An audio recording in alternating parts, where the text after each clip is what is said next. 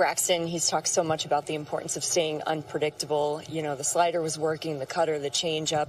How much do you feel like him staying out of patterns played into his success today? Yeah, he threw the first pitch, different type of pitch for the first pitch for strike, maybe all of his pitches for strikes at the first time around, second time around, even, the third time around at the top. He was so good keeping him off balance. There wasn't loud contact at all. So tough to pull him there. I know that, I'm going to get backlash and second guessing, and I get it. I question myself when that stuff happens. You plan, before the game of certain pockets where you really like certain guys. It didn't work out today, but Braxton did a really good job of 5 1/3. I think he did, and even the 2 hits might have been outs in normal days if it wasn't a knuckleball to Arias and maybe a misread by Sanchez. I mean, he probably gave up 1 hit, so he made it really difficult. You trust your gut and you try to put guys in the right situation at the right time. It didn't work out. Luckily, our offense made up for it. What does it say about this team that you guys continue to win from behind and win close games? I think they believe that they're in it at all times. And once you win from behind a couple times early in the season, then you can do it. If you didn't do that until the middle of the season, then you're not sure. Some teams cave because they haven't done it before.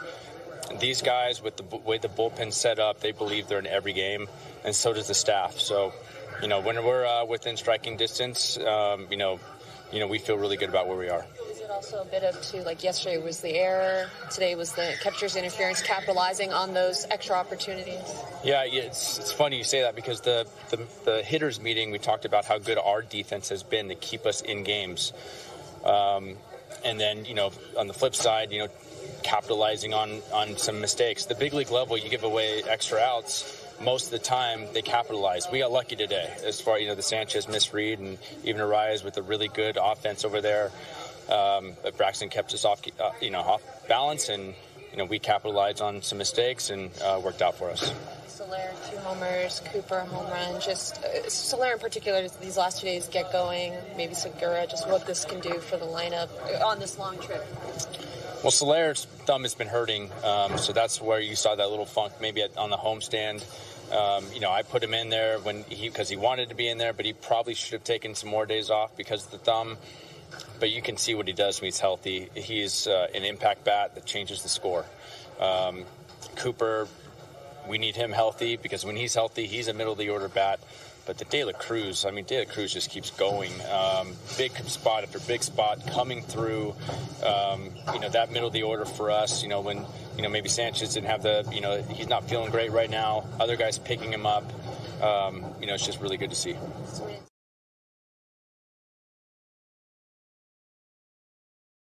Another good week for the Marlins, a fun one. I was very excited about this one, especially with the way that game ended. And we got some good listenership, again, for the second straight week. So thank you guys for the support on that. On the new account here, second State of the Fish on first time. Your host, Grant Kiefer. I've got Eli along with me on the main account. We've got Kevin speaking, got some of our other guys listening. We'll bring in lots of other people as the show goes on. And, of course, the fan questions, where we'll get to the second half of the show. But we'll start off with what we always start off with, just a week in review. 2 series this week, of course. Home against the Kansas City Royals, struggling Royals, but that was another sweep where the Marlins capitalized on playing an inferior opponent and then taking 2 out of 3 against the White Sox this week. Whatever 32 divided by 6 is whatever the Marlins average per runs this week. I didn't have time to do the math, but a really high-scoring week, a really fun week. 12 out of the last 15, as you see at the tweet at the top of the space here from me. The Marlins have won, and they face the struggling Mariners and Nationals teams coming up this week. But we'll get to that later. We'll review this week. Eli, about the Marlins just needing to capitalize on playing inferior opponents. In these last spaces we talked about, hey, they beat a really, really bad A's team, but 2 more weak AL Central teams and maybe the weakest division we've ever seen coming up on the docket. And they went 5-1 in those games. So a good testament to what they've been able to do against inferior opponents.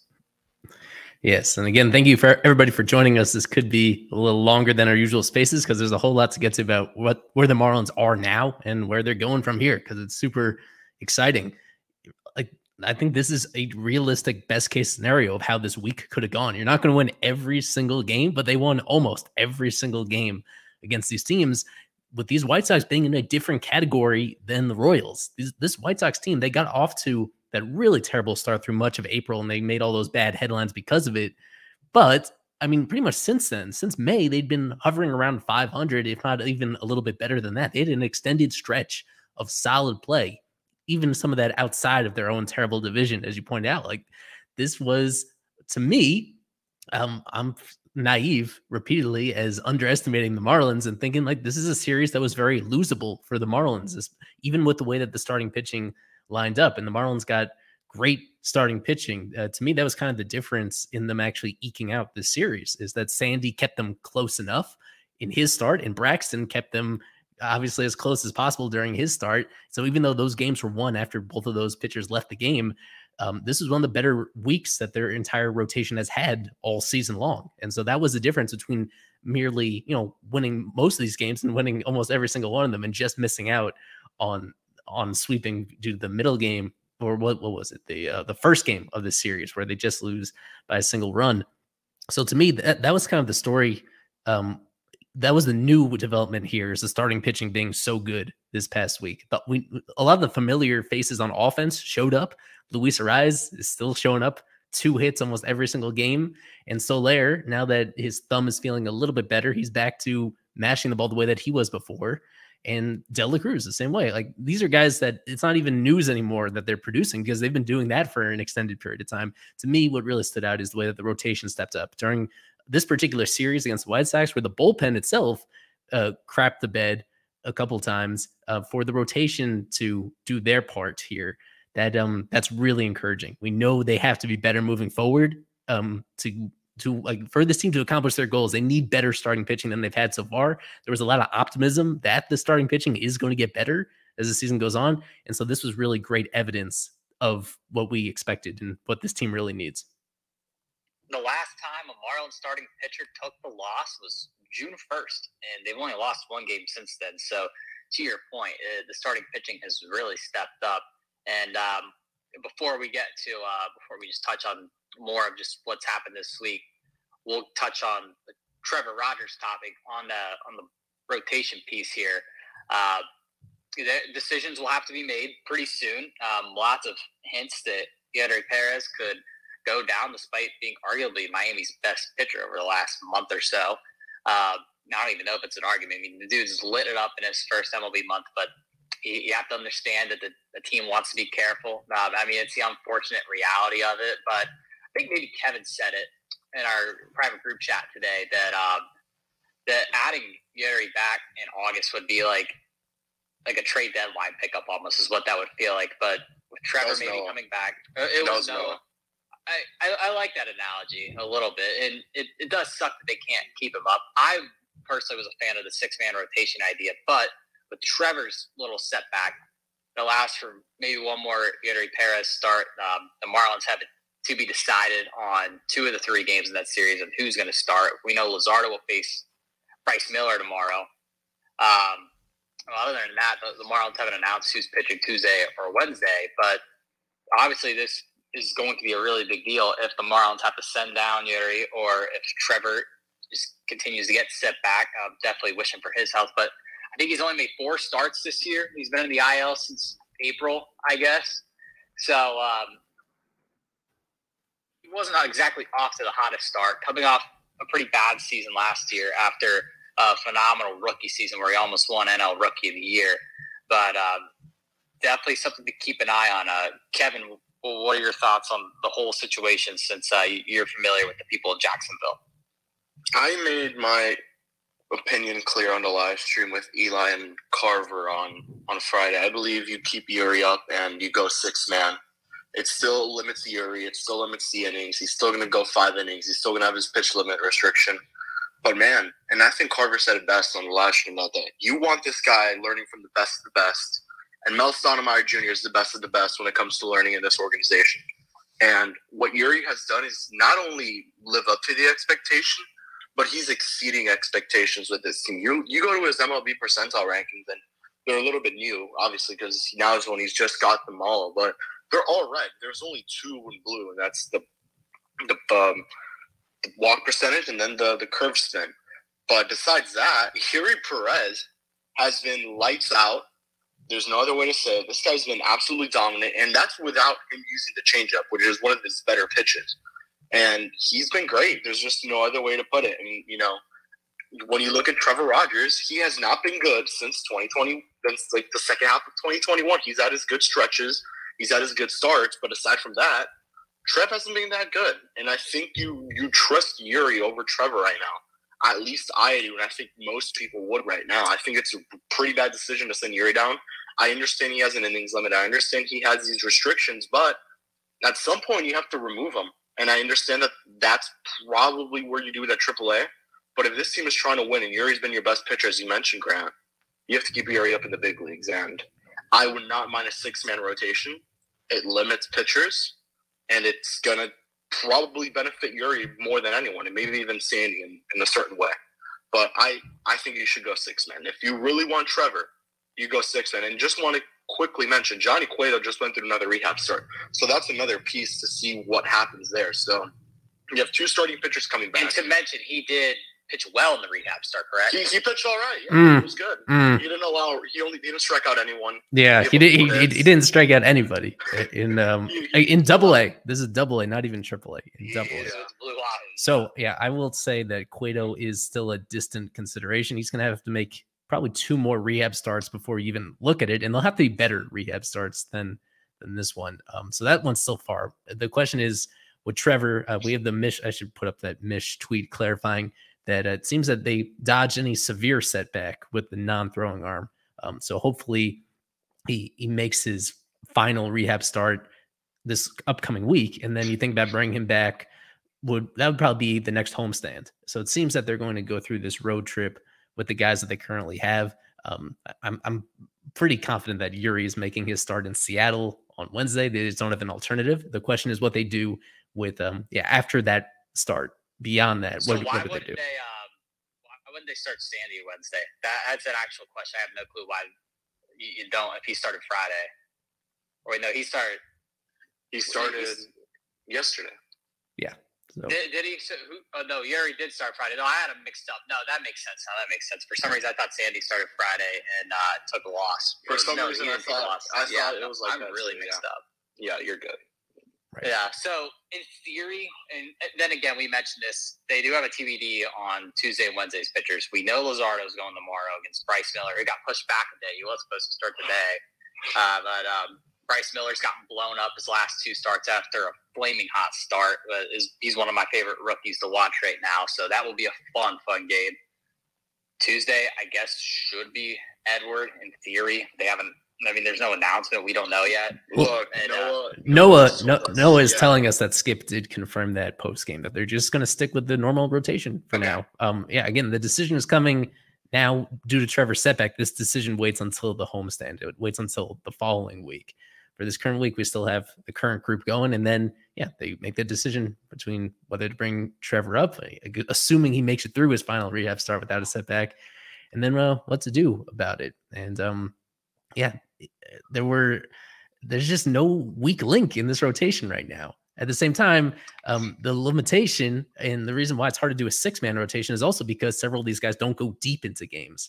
So if you're going to have the vast majority of your starts pitched by, if you go to 6-man and you have Edward, Yuri, Braxton, and Trevor all in there at the same time, and all of them kind of have questions about how deep they can go into a game, it just weighs down your bullpen even more. That's kind of the risk here, where if you have 6 starters, you're going to lose a reliever out of that mix. So if you have all these relievers, and most of the time they're expected to eat 3, 4, and sometimes even more than 4 innings in a day, you just don't know what to, although you really trust those relievers and they're all veterans at this point, you just risk having one of them get overworked. So that's why there's really no easy solution, but it's also not a huge problem.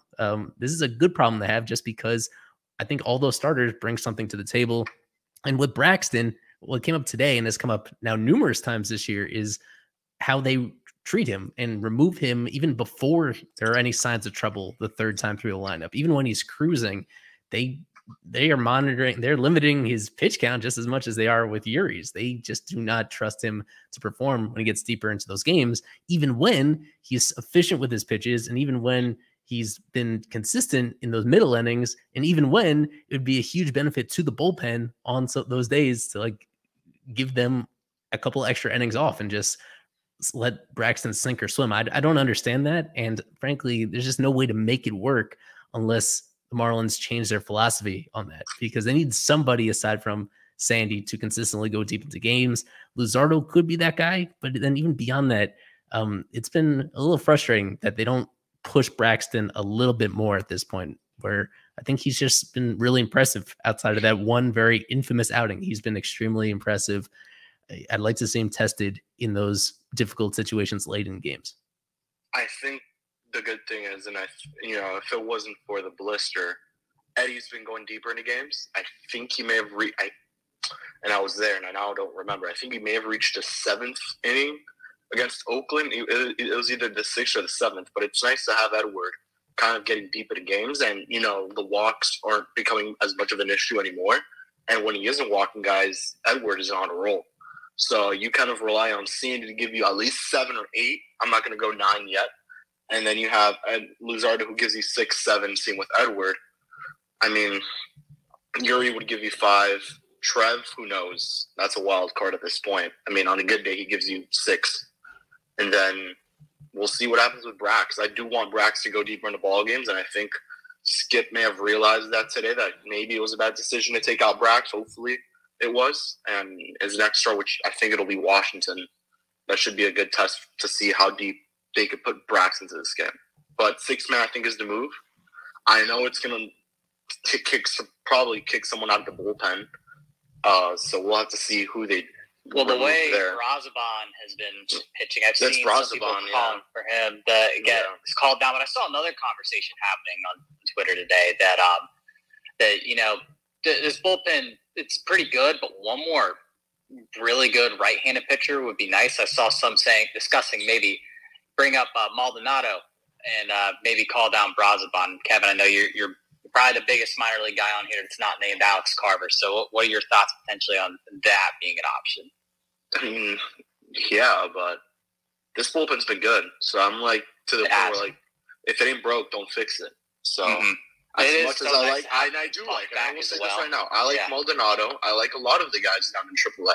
And, laugh at me or not, Archie Bradley's been pretty good for them too down there in AAA and some other guys. But yeah, it's hard to really call anyone up right now and push for that there's no real reliever struggling like that. Because Brazoban, he hasn't been the greatest, but it's not to the point where you're going for his head, He was arguably their best reliever the first month or so. Exactly. Maybe best one not named AJ Puck, which, by the way, it's so nice to have Puck back. I mean, what a great acquisition that was for Kim-Eng, to trade JJ Bleday for AJ Puck, who is pretty much this team's de facto closer when he's not getting overworked, I should say, when Floro has to come in here and there. But bullpen, I think, has maybe been the most pleasant surprise of this season, but I feel like a lot of us knew that eventually the answers were going to come for the bullpen, and there was just too much talent down in the minors to really allow for this to not be a strength for the Marlins. I'd say maybe besides the bullpen being the biggest surprise, you've got some guys in the lineup that are hitting that you really didn't expect, and we'll touch on them next. De La Cruz.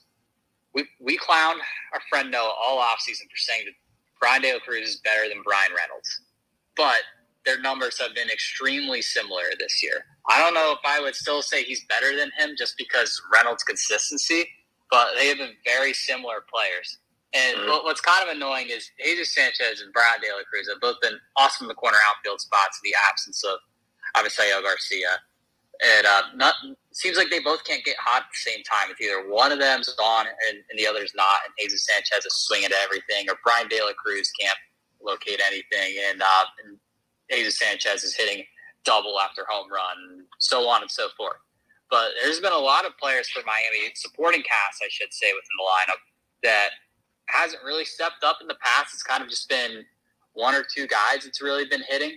But it feels like Miami's lineup is as deep as it's ever been at this point. Yeah.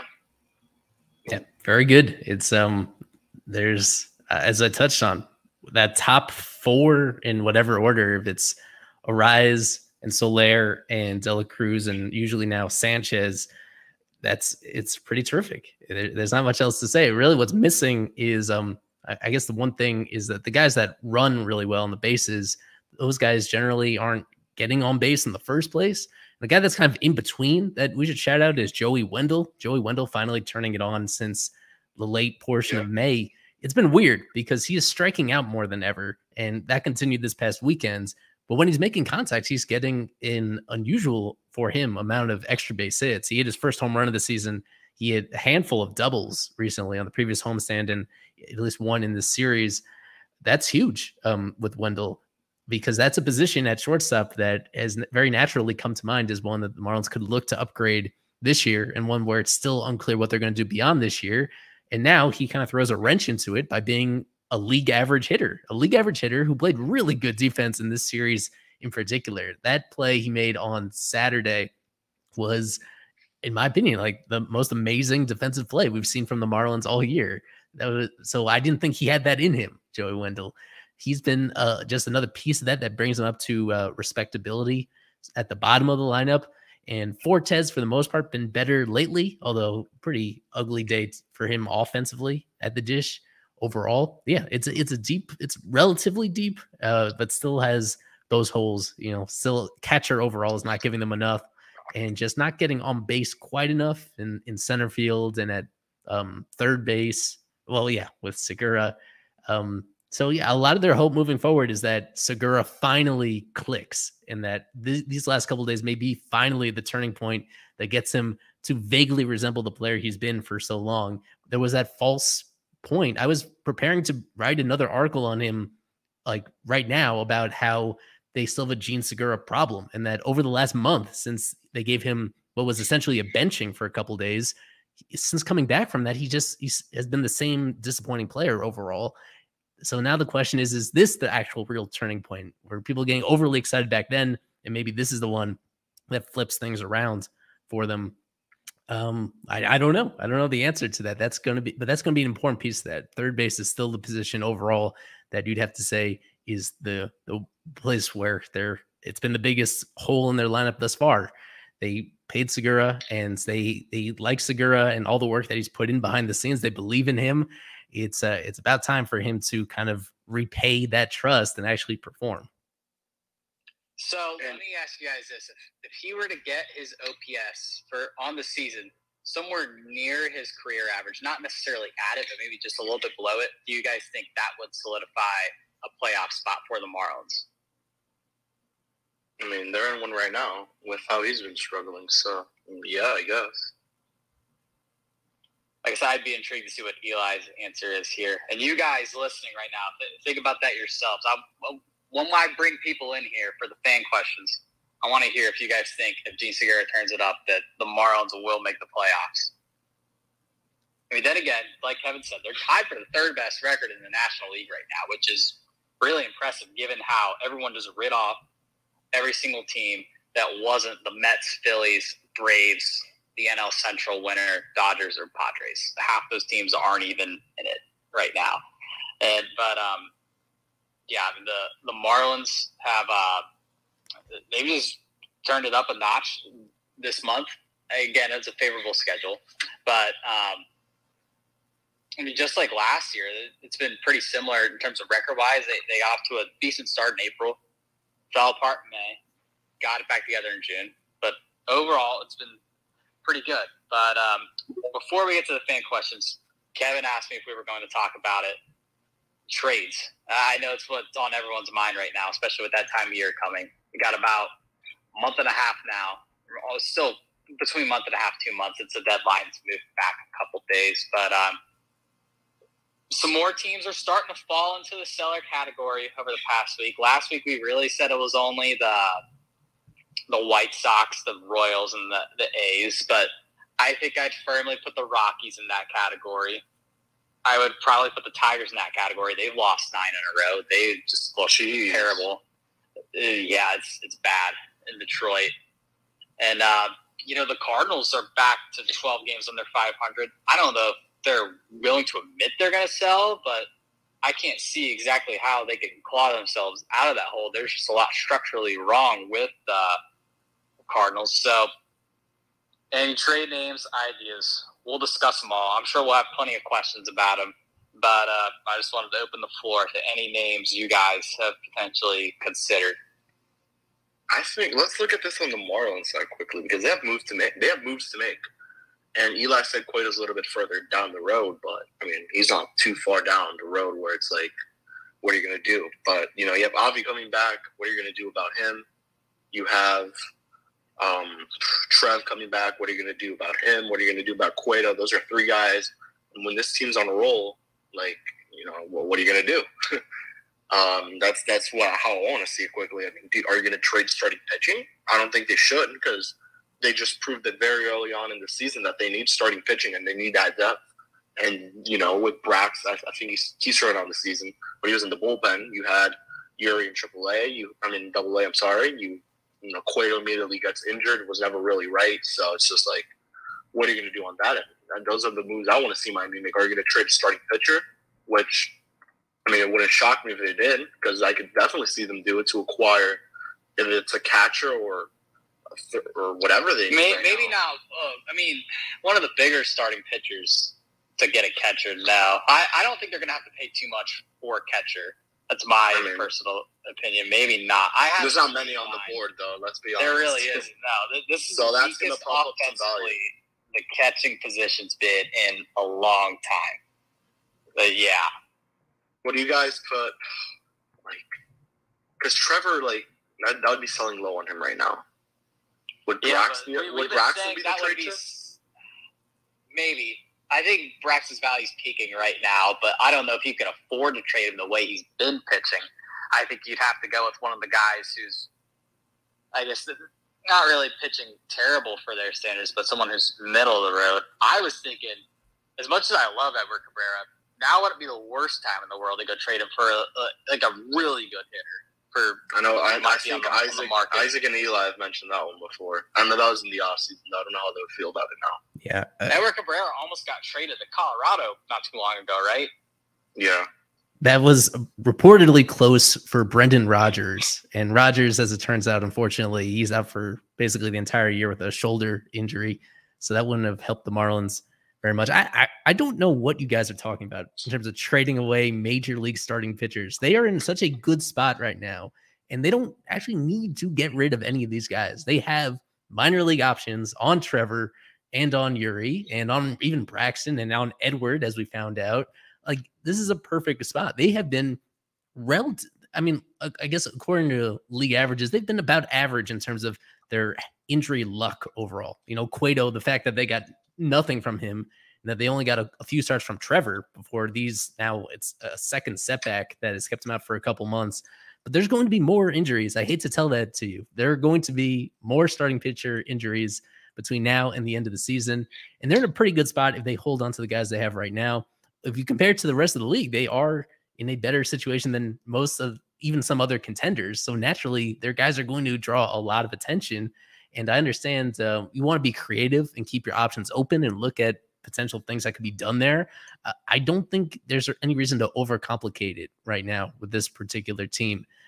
They should not be subtracting any of their major league experienced pitchers. All the pitchers below that in different situations, whether the guys that are rehabbing from injuries or any of the prospects that they have, I think those guys should all be up for discussion. And that's going to be a key piece of them actually upgrading on the position player side is using potentially prospects. But I am just not going at all for the idea of being in a good position with your starting pitching in order to make the playoffs and then actually trading away somebody that's probably going to be important for you to get to the finish line in the first place. I don't think that's going to pan out. I think they need to be a little bit more conventional here and just trade the guys that aren't contributing to your major league team for veterans. And that means taking on risk and adding some money to your payroll and adding experience to your team. I think this is going to be the most clear-cut trade deadline that they've had in a while, where it's pretty evident that they're looking for short-term improvements, and so they should be making short-term improvements without doing anything too cute here. Which prospects are you looking at, Eli? I think an obvious one is Pat Monteverde, in the way that he has taken a nice step forward this year. Somebody that's now I don't know how much he's going to have to prove before getting his shot at the big leagues. But he should be getting a shot at the big leagues for a rebuilding team, or a team that is more desperate for pitching, because he's not going to get that shot with the Marlins if they simply hold on to the veterans that they have right there. So that's one piece where, if you look at one trade target that I'm going to go into on the site pretty soon, Fish on First, is going to be Yan Gomes of the Cubs. The Cubs have kind of fallen off pretty severely since getting off to a decent start. And they have another young catcher kind of bursting through in Miguel Amaya. That makes me think, even if they do want to hang around the playoff race, that Yan Gomes could be expendable for them. This is the final guaranteed year of his deal. I think he has an option for next year, but he is pretty consistently just a good hitting catcher who is super highly regarded for his intangibles. And even this year, right around a league average hitter overall, which is far better than average for a catcher. And he still has good power for that position and decent contact skills for that position. He's a pretty safe offensive profile. And I mean, that's one guy that I'm circling that I think they can actually obtain without giving up any young pitcher that they're going to severely miss down the road. I did have one trade in mind, and I'll put this out there. I do agree with Eli in that it would be kind of playing with house money to go ahead and trade one of the proven major league starters. There's one. It would be a massive risk, but there's one trade, and I mentioned Edward already. There's one potential trade I want to explore with the team that has the inverse problem of the Marlins, where the Marlins have an overload of pitching. They need to go trade arms away for hitting. And there's a team that has, you know exactly what it is, because I talk about it all the time. There's a team that has a lot of hitting that needs some pitching. I want to trade Edward Cabrera to Cincinnati badly. Did you not just listen to what we said, Greg? No, I did. I said this is the one trade I want to do. I want to trade Edward Cabrera to Cincinnati, and I would love one of those big-time infield hitters that they've got. I mean, Cincinnati has the exact inverse problem that the Marlins have. I think that's I don't know if it will happen this deadline, because the Reds are in a really good spot in terms of their rebuild. It's because of last deadline where the Reds were at. They put their rebuild on lightning speed, and they could probably go win the NL Central next year. I think. They might even win it this year, maybe, if they go have a good deadline. But then again, you still got a month and a half till it. So we'll see. But that is something I want to explore. However, I do want to say. Well, go ahead. What are your thoughts on the deal, Kevin? No, I wouldn't do it. I love you, Grant, but I don't want Jonathan India on the Marlins. Well, I'm as much as I do want him on the Marlins, I just don't think it's possible, because, as mentioned, they're in the NL Central, which kind of sucks. Really, any team. They got to go trade one of those infielders. I don't know if it will beat India. If they do, that is capitalizing on his value. I don't know if it's 100% peaked, but it's surely towards that mountaintop. But they have so many prospects and just guys breaking through this year. We know they won't trade Ellie De La Cruz, but any of those other guys like Christian Encarnacion Strand, Matt McClain, Spencer Steer, you got Noelvi Marte, which that wouldn't help the Marlins this year, so I hope they wouldn't do that. But I mean, the Reds got options, but that's just one option. I think realistically, we know catcher is something they got to look at. Yan Gomes is a good option. Elias Diaz is a good option. However, Salvador Perez is not a good option. I don't like Elias Diaz that much. I mean, he hits one course, and that's about it. Are a little concerning, but you don't need to go get a superstar catcher this deadline. There's maybe two catchers right now that I would say are near superstar status. They won't get traded. I think I mentioned this in the last Spaces, and I said that if they can't get a major league guy, they should look into minor leaguers that are being blocked, or someone said that. Someone did. There's one in Houston that we were talking about. There is one in Houston, but I'm going to mention the one in St. Louis, and our buddy in St. Louis may not be too happy about it. But Wilson Contreras is currently, I think, on a 5-year deal, and he's going to be there for a very long time. So maybe go after Ivan Herrera of the Cardinals. He's 23 years old. He has one minor league option left. I mean, He's having a great year. He's hitting 304, 434. Romeo really likes this option. He is spamming that thumbs up. I know he does because he's like Panamanian, I believe. And he has a 978 OPS with 6 home runs, 34 RBIs, 148 WRC plus. He's just stuck in AAA. Nothing more to prove. Not only would this be probably your catcher for a very long time, but this is a guy who's going to help your major league team right now. And maybe you would have to trade starting pitching, and I don't know how much of it. No, not major league starting pitching. Obviously, we're looking at minor league players. Definitely Monteverde would be the deal. And St. Louis needs starting pitching. Their starting pitching is not the greatest. Their rotation is not too good. So may as well go out there, provide them with what they need in the minor leagues, guys who are being blocked right now in the Marlins system. And why not go after Ivan Herrera? You would get your catcher, a very young catcher, only at 23 years old. And that's someone who makes sense. I'm going to write about him. That's going to be my first trade target. So stay tuned on that one. The way that the Marlins have traded with the Cardinals in the recent past, I can't say no to any kind of trade with St. Louis. But, that's kind of what the Marlins did with the DLC trade 2 years ago. You don't exactly have to look for guys at the major league level. There's a lot of teams that just have guys sitting there in the minors. But one thing I did want to point out was that just the system, you have stuff you can trade from it. It's not completely dead, but the Marlins farm system is not good enough to where the Marlins can just pick and choose players that they want, really. But they'll need to go get a catcher. Maybe you look for another guy on the left side of the infield. It depends on what happens with Segura, I guess. And Joey Wendell's on the last year of his deal. We did talk preseason about him being a potential trade target, and because he's kind of key to back up, you could trade him, maybe. I don't know if that would exactly help the team if they're wanting to compete right now, but it just depends. But I know a lot of people have been looking at Tim Anderson at shortstop. Jesus Christ. Unless the price is really low. No, you don't. You're not trading for Tim Anderson whatsoever. That guy, I don't want. Is so over. He is overrated. I'm gonna say it right here, right now. He is overrated. You guys saw what he did in that. I think it was the second game of the series on Saturday. That guy is not good. He's not good. He's not having a good year. Bad. I think something that Tim Anderson has in common, someone that Tim Anderson reminds me of right now on the trade market would be India, because India would come with a heavy price tag trade-wise, and that's just not something you'd want to match, especially how scary India's home road splits are.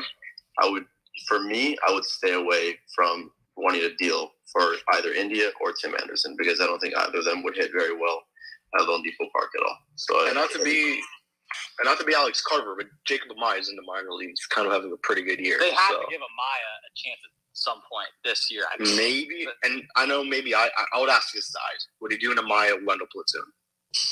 Yeah, I think when Hampson goes down, that's for Jazz when he gets back.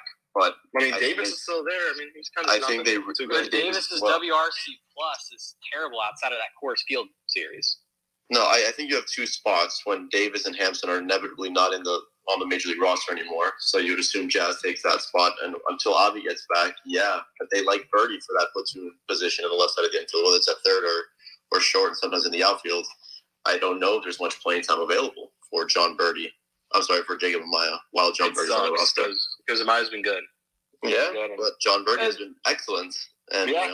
Yeah, you're right. Yeah. So I just don't see playing time for Amaya, unfortunately. Nobody wants to see him up here more than I do. But I don't see a way for him to get much playing time up here. The only other name I want to mention on the Marlins end. I realistically see it when rosters expand in September. That's when I see Amaya. It's probably Amaya, yeah. That's what I see. Injuries also exist. We don't wish injuries upon anyone here, of course. But they happen. Eli acknowledged it, especially with the pitching. But injuries happen to hitters as well. We haven't seen Jazz in almost a month. Birdie and Wendell have had injury. They have injury history. I think we do see Amaya this year. I think whether it's until September or whenever, we're going to see him. My only other question is, and this is probably more for Eli, Garrett Cooper. He's on a 1-year deal.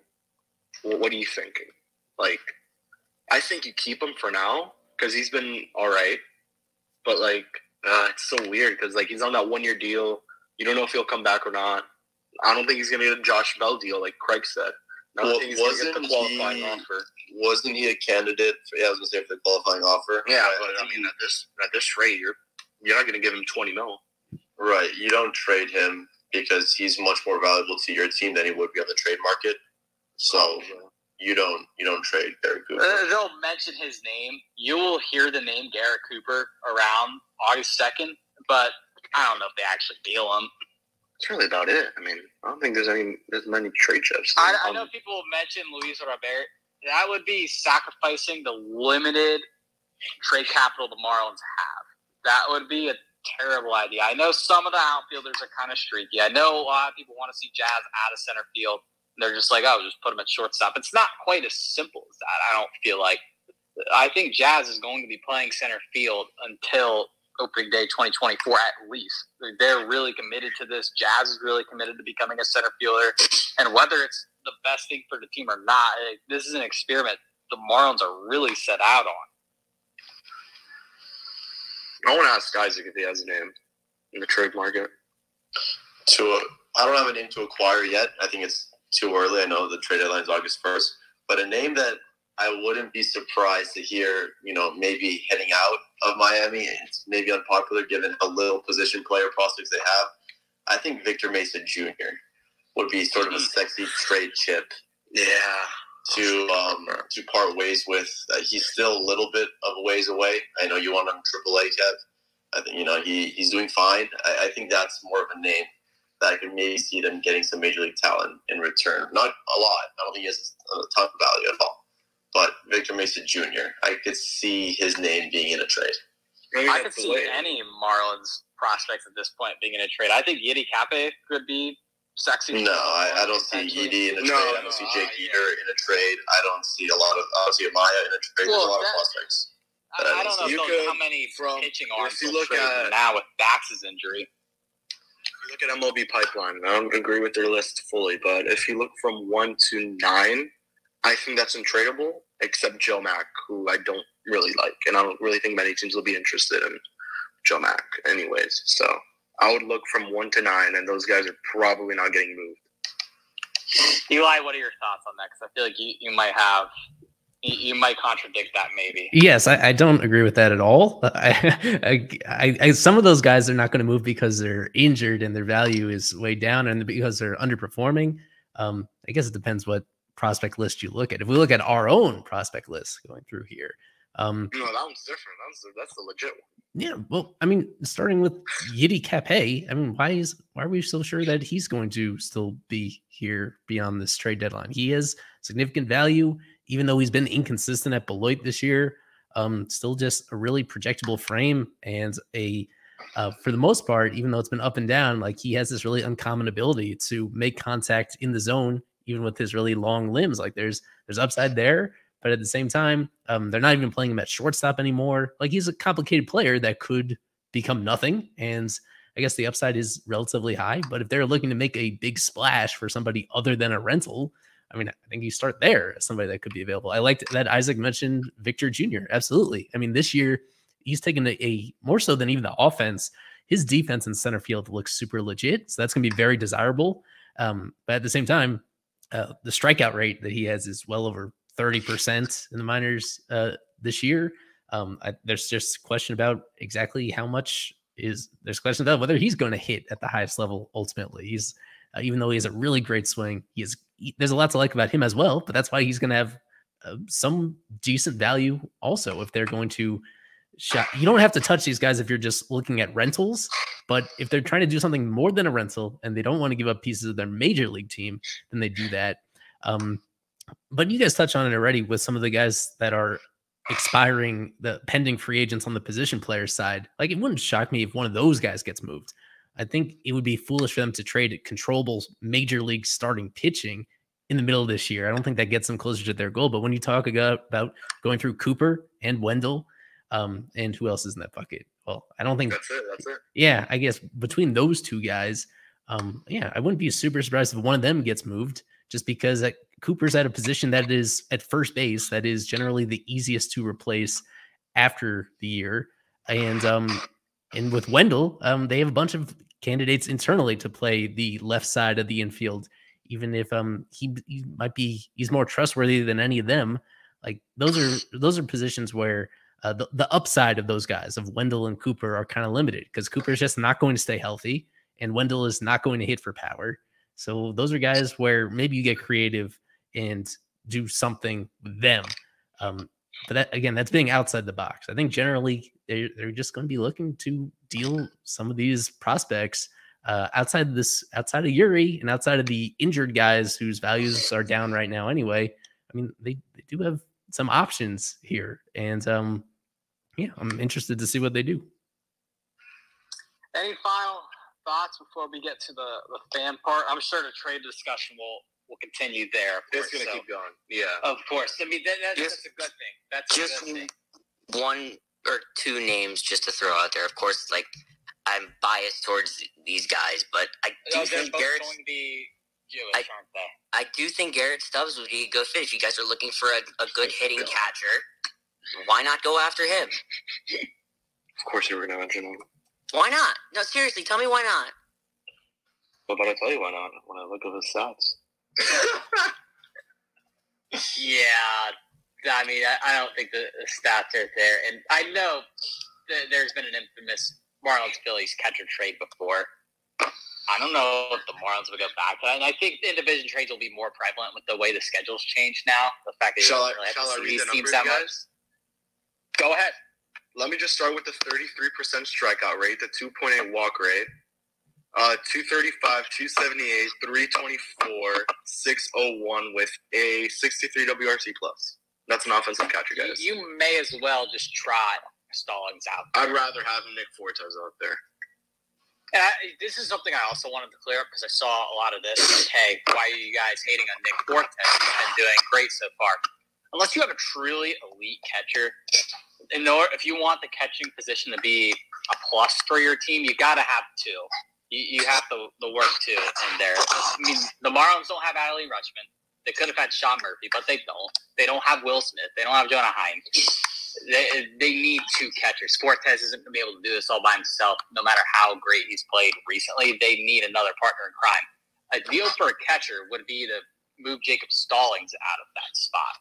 I will say, with Stubbs, he's only played 13 games, so I'll give it a little leash. I'll give it a longer leash. I just saw that. But who was your other name, though? Garrett Stubbs was my name. Oh, you said you had two.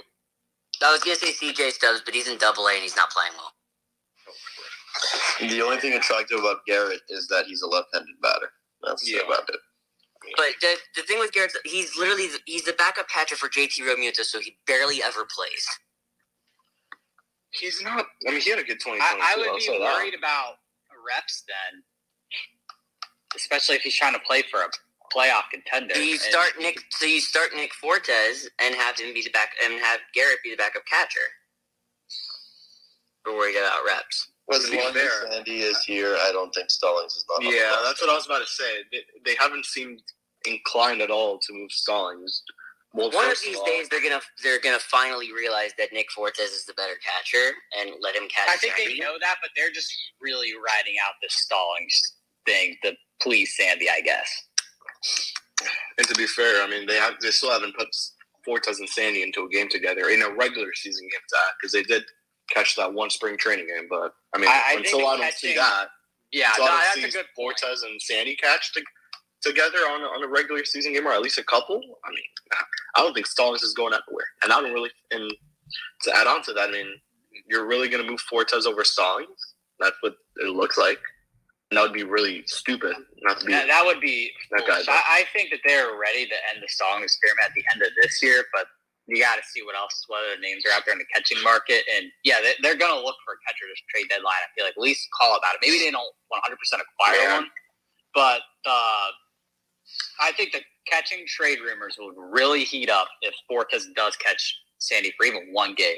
If it happens one game, I think that's waving the white flag on Stallings, and he is expendable. I mean, I think Stallings could get DFA'd. He's got control. He's not getting paid a ton of money. It's a lot easier to DFA him than some of the other guys that Marlins fans hate, like Segura or Avi because they're getting paid a ton of money. Man, that's all. He's an arbitration. He went through arbitration, right? And he won. I'm pretty sure. Whatever. No, he's getting made like $3-something million this year, and at this point, at this exact moment, there's about $2 million left on that, and by the trade deadline, it'll be about $1.3 million that they're swallowing if they DFA him. It's all a question of who you get to replace him. There's nobody in their organization right now that you call up and you feel is going to be a dramatically better all-around catcher. As much as we love PMAC, that's about the bat and not so much about the defense. And we've already gone through, Austin Allen and Santiago Chavez. And even Will Banfield. They're not going to kick Stallings out for any of those guys in the middle of a contending season. It's going to be if they are able to swing a deal. I mentioned Yan Gomes again, where he's been through playoff races several times before. Yeah. If it's him or if it's somebody anywhere of that caliber that is a really reliable all-around catcher, then I think they would move on from Stallings. If they were able to get somebody like that on at a reasonable deal, and Stallings shows no improvement over the next month and a half, or not enough improvement, then they would do that. But it's all about who they're going to replace.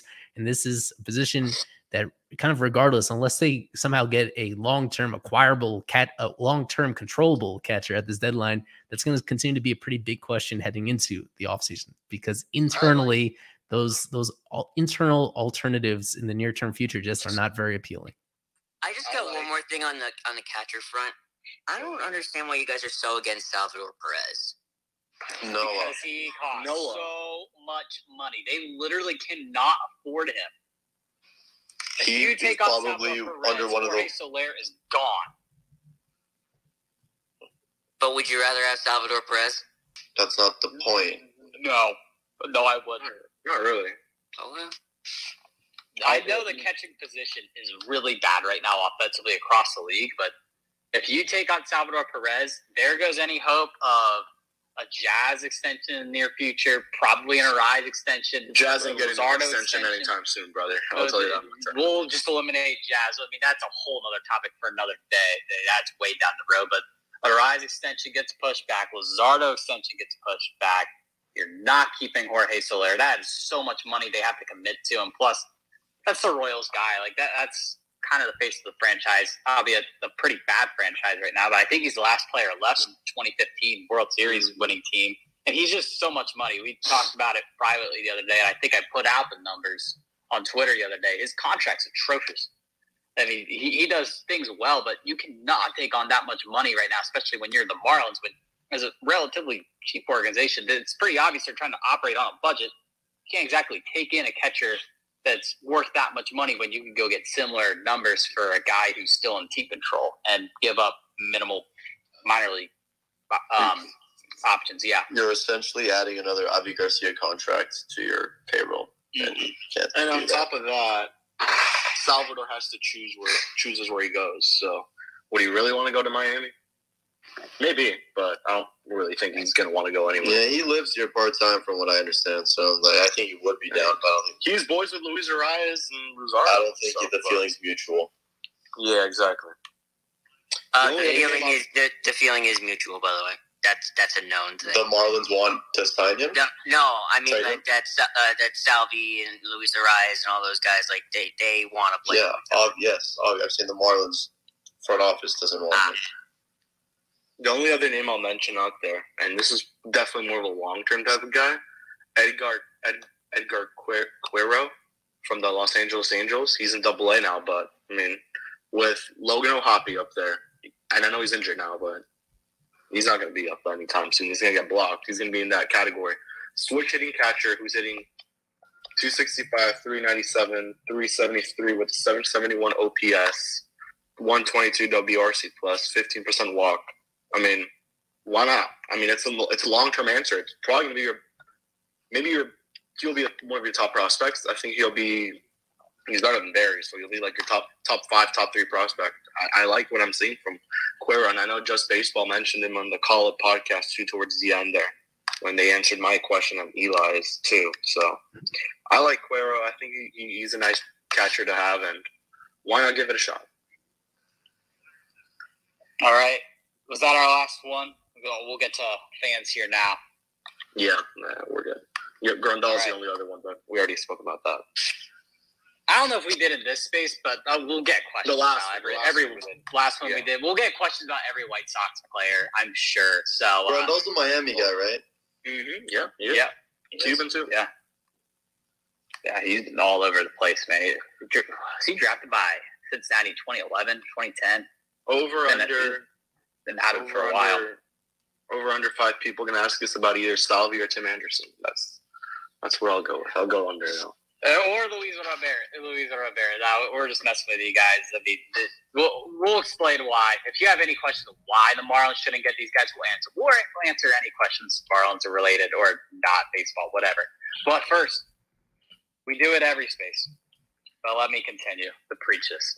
Consider becoming a super subscriber, super follower. Since we've moved to Fish on First, is now over on the website. It is just $3 a month.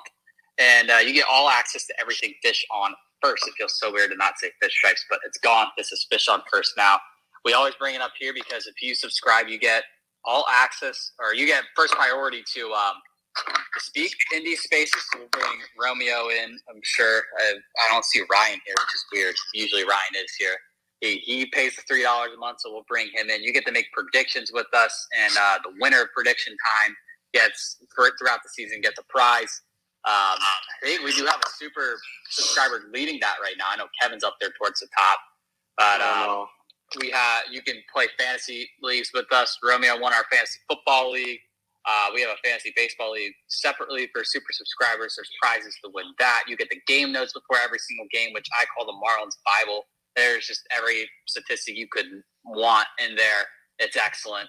Then what else? Am I forgetting anything? I feel like I'm forgetting something. If you're very grateful, you could donate more.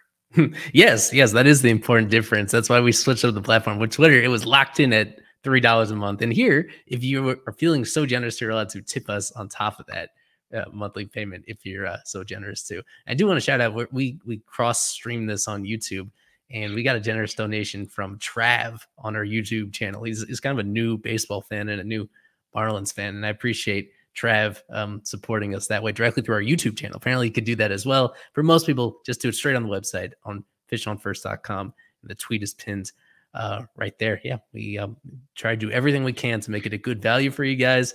And at the same time, if you're just a generous spirit and you love the Marlins and you recognize that, honestly, there just aren't a whole lot of content creators covering the Marlins like we do. We appreciate the support. Whatever reason you have for doing that, it makes a big difference. Shout out, Trav. Absolutely. We will thank you, Trav. Anyone who newly subscribes during these, I have recruited new subscribers during these spaces. We'll bring you in. We'll shout you out. We'll do whatever. And we have new predictions coming up for the Mariners series. And you get to be in our tweet circle as well. That's another one where we put special stuff in there as well. And this tweet circle is only for the super subscribers. I subscribe to Marlon Maniac. That's really good content. But Romeo, how are you doing? And what's your question? I'm doing great. One thing before I ask my question, I know we're not called Fish on First. Eli, your description on Twitch still says you're live on Fish Stripes. Just so a heads up for you. I forgot that we do stream on Twitch. I know we do so many platforms. I forgot that we do that. Yeah, just gonna give that one out there. I won't bring up the same guy we will always bring up because what did he do this week? I haven't checked Justin Lawrence's stats. What did he do? I need to go check. He had one rough outing. I saw him have a rough one today, though. Yeah. Today he was fine, and I think did he actually get the win today for the Rockies in relief? Yes. Yeah. But well, today he struggled with his control as well. He had a couple walks and a wild pitch that allowed the go-ahead runs to score, and the Rockies' offense bailed him out. That was a wild game. Yeah. Keeping track of that one. He got a loss in San Francisco. He pitched 2 innings, allowed 2 runs and a walk, 2 Ks. So that's another team that's been in trade discussions as sellers. I completely forgot about them. I know people are talking about J.D. Davis and Dairo Estrada. Go ahead with your question. I wouldn't trade anybody big but I can't find his grades. I've been trying. Do you guys know how to find grades? And I can ask my question in a bit because he had 3 stolen bases in his first ending his debut with Seattle. Jose Caballero. I don't know how fast he really is for the Panamanian because I stay in the Panamanian. That's where I'm at. But yeah, My grades, you mean Baseball Savant? Is that where you can go look at? Or when you say grades, you mean like scouting grades, speed? Yeah. Oh, scouting grades. Oh, yeah, I got you. That's MLB pipeline. If he's a prospect. I don't know if I know he's up right now. He's had 90 at bats in 244 with Okay. Look for his stats. Hold on, give me a second. Yeah, Kevin will look for him. I think he's got MLB pipeline pinned to his browser at this point. I do actually. He has 240. He's 90 at bats with 2 home runs and 13 ribbies. He plays second, short, and third. So he's played 4 games at third. If you really looking at him, so he plays all around that left side of the infield. That's another name, but I wouldn't trade anybody big for him because he's not that big of a prospect. He has 3 minor league options. Something else that you can look at. But yeah, that's somebody that I had brought up. I was looking at because I know that he's there. Ivan Herrera is one that if you're going to trade anybody and they need starting pitching so bad, I think everybody on St. Louis's rotation has over a 3 ERA. I think the only one that doesn't have a 4+ ERA, I believe, is Miles Michaelis, definitely. I don't know too much about him because of fantasy baseball. That guy's been moved around our whole league. I think that guy's been on 4 or 5 teams. But I think he's been lights out over the last month. He's been the only bright spot they've had. Flaherty's been inconsistent. Jordan Montgomery finally had a good start the other day. Yeah, I think Wainwright's been fun. Caballero's pretty good. He's all right. 128 WRC plus. Yeah, that's somebody that if it wouldn't be a big, like I said, it wouldn't be somebody big to like try and see some. He gets on base a lot. 396 OBP. That's pretty high. What level's he at? Double A? He did the majors. No. He's in the majors. Oh, he's all the way up. Okay. Yeah, he's playing with Seattle. Well, I don't know if he starts. That's the thing. I don't remember if he does or not. Probably not. We'll find out. See him this week. Yeah. We'll talk about him on the show tomorrow, maybe if we have time. I think any Warrior starts over him, but he's up there.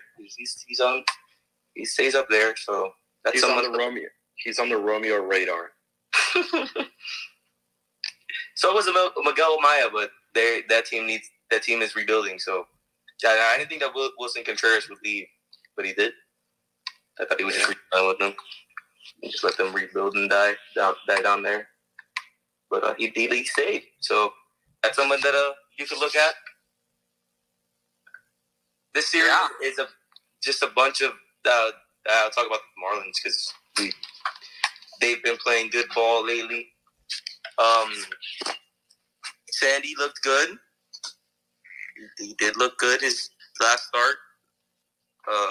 7 innings, but he gave up 1 run, which was a home run on a get-me-over fastball to first pitch. If he can stay consistent like that, we will be in a good spot. Better than we are already, and I firmly believe that. Because 7 innings that's good. He pitched good. They consistently didn't score for him though. Well, what was it like until the 9th inning? It was 0 for 14, right, with runners in scoring position. At that point of the game, I believe it was. I know Grant wasn't watching because he was watching the Man City game. I watched the condensed game this morning. I do that. I've watched every single game this year. Just probably about half of them I have not watched live. I watch them at 8 a.m. the next day. Yeah. It's only like 45 minutes. It's every pitch, just like back to back to back to back. It's pretty simple. If I miss it. Yeah. So. All right. Anything else, Romeo? Not that I can think of at the moment. But I will probably. If you request back, that's good. Anyone who wants to request, go ahead. We had like 4 or 5 at one point. We've only got 1 right now, but I think Romeo, we'll get our friend Cole in here, anyone who wants to request can speak. The priority is I guess just off to the side for now, unless any other super subscribers request. I see you, LMF. We'll get you next. But Cole, how are we doing? And what's your question for us tonight? Hey, I have a few questions. One, in the wake of me, Rowe getting traded, who do you think has stepped up as the veteran in the locker room? Stepped up as a veteran. As far as leadership-wise. You know what's Leadership. weird is Alex Krechik told us this one, but weirdly enough, guys have talked about Segura being like one of the big leaders this year. Yeah, Segura's been a nice leader on this team. A lot of guys, like, I think Wendell. Many people really give Wendell a lot of credit. A lot of people love Arise. I will say, Jesus Sanchez and Brian De La Cruz look up to Yuli Gurriel a lot. Those guys love Yuli Gurriel. Those guys have said that they give a lot of credit to Yuli for how much they've improved this season. So take that as you wish. But he's someone who not only has experience, but definitely, he's been in the big moments. He's played everywhere. So definitely, in terms of everywhere, he's played in Cuba and Japan. He's played here. So he has a lot of experience under his belt. But those are probably the main guys I would mention. Many people would think Sandy's a big leader. He's probably one of those guys where he leads by, you have to just follow what he does and you'll be in good shape, kind of, is how I would put it. I think Soler as well. You got to throw him in there. I know it's kind of a very vague answer that we're giving you, Cole. But to be fair, no one has really taken the Miguel Rojas captain hat, sort of, in a way. I would say it's Soler. If I had to pick one guy, I don't think, but that would just be my answer. Gurriel did tell Lewis last week that he thinks that he could take this team, not like himself, but he thinks that this team could go to the playoffs and just like, he wants to guide his leadership. The dude's about to turn 39, and he's seen it all in the postseason. He's one of the few guys who's really stepped up in October. But yeah, Yuli and Soler, both guys who have won in October. I think that's the message that they want to show to some of these younger guys that have never really played meaningful baseball past July. Great. I had another question, which was it was about Arise. We know that Marlins Park is generally considered a pitcher's park, but do you think that dimensions are actually perfect for Arise, and that's kind of why he's even better than he was last year? Yes. He loves Lone Depot. He since the beginning of his tenure here, he has mentioned that he really likes Lone Depot. He likes closed roof stadiums. He mentioned Tropicana, Lone Depot, those two in specific, how he likes to hit in those ballparks. And when you go and look at his home road splits, Arise actually is really damn good at home. And I'll pull them up right now just for more reference and how much Lone Depot has helped him. At home, he is hitting, I'll find it. At home, he is hitting 413, 447, 488, 935. So it just shows how damn good Arise is at home. So I would say Lone Depot is perfect for Arise. Very wide, big outfield. He gets to just pop the ball in anywhere he can. He uses all parts of the field. So it's a very nice ballpark for Arise, yeah. And I know it's ironic to mention because of how much he struggled this year, but the first thing that Segura said in his introductory press conference, something that attracted him to play here, was the outfield, the big outfield that he really thinks it really helps his style of hitting, just putting balls into the grass and in front of outfielders. A lot of room to get base hits. Obviously, hasn't worked out quite yet, but I think that ballpark is going to attract those types of hitters like Arise, like Segura, that can find a lot of base hits in that outfield. Yep. And then I'll throw out a name for trade candidate. I know it's not a sexy name, but for third base, Senzel. Nick Senzel. Nick Senzel? I know a lot about this guy, but I don't trust him more than either one of Segura heating up or just putting Birdie there. If you can get him for the right price, sure, but he also takes a roster spot from someone. He was a top prospect. He had the Cincinnati campaign going for him when he got called up. Like, this guy had not quite Ellie De La Cruz roar around him, but people loved Senzel when he came up, but he just hasn't really lived up to the hype, of course, this year. kind of getting back on track, but he's injured right now. He's not really going to spot in the infield once he comes back. So, yeah, the Reds could definitely dump him off, but I'm not sure if that's a guy that really fits the Marlins bill.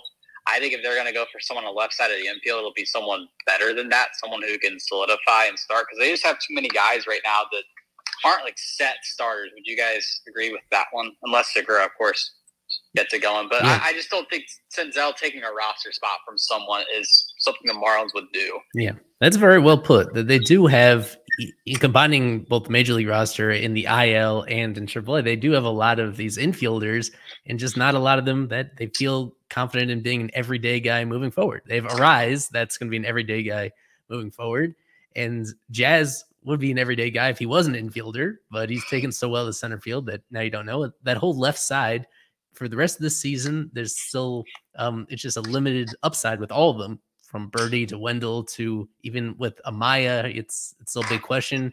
With Xavier Edwards, he made a really good impression, but he doesn't even have the arm really to help you at shorter third. So like they'll have to address that position at some point, but they're going to do it at this deadline. It would make more sense to make a pretty big splash there and get somebody that you feel super good as an everyday option. If you bring in all of these other guys that are kind of floating between, that are kind of tweeners between being everyday guys and role players, then you kind of risk them just not being any better than your current solutions. So that's the one thing that you always worry about as being a potential buyer at the trade deadline, is making an investment in somebody that doesn't actually make your team better. And it happens every year to some teams. And you always fear that's going to be your team, that you try to make a change for the sake of change. And that player, you need to make sure that player is worth making that gamble in the first place. So I would agree with Grant on Senzel, that he is so far removed from being that top prospect that, yeah, I would not be super enamored with him right now. Any other questions for us, Cole? I mean, I think Senzel can help a team at the deadline, but I don't think he's going to help Miami. Yeah, what do you think is going to happen when with Jonathan Davis when Jazz gets healthy? It'll probably go to Jacksonville. It'll probably be Hampson. Well, Hampson first, but Davis isn't going to stay up much longer if Avi can get back on track. Those are your two obvious candidates to go down at this point. I'm of the opinion that they should keep Avi in Jacksonville for as long as possible, and I don't think they should come up. I don't want him anywhere near the team at this point. That's what everyone's feeling, yeah. But that's just a lot of money that they have to decide on whether they want to eat or not here coming soon. That's an interesting decision they have coming up. But I think he deserves a chance back once he comes back from injury. But the definition of insanity is doing the same thing over and over again and expecting different results. So hopefully something changed with Avi when he was hurt, and I'll be intrigued to see what he does coming back.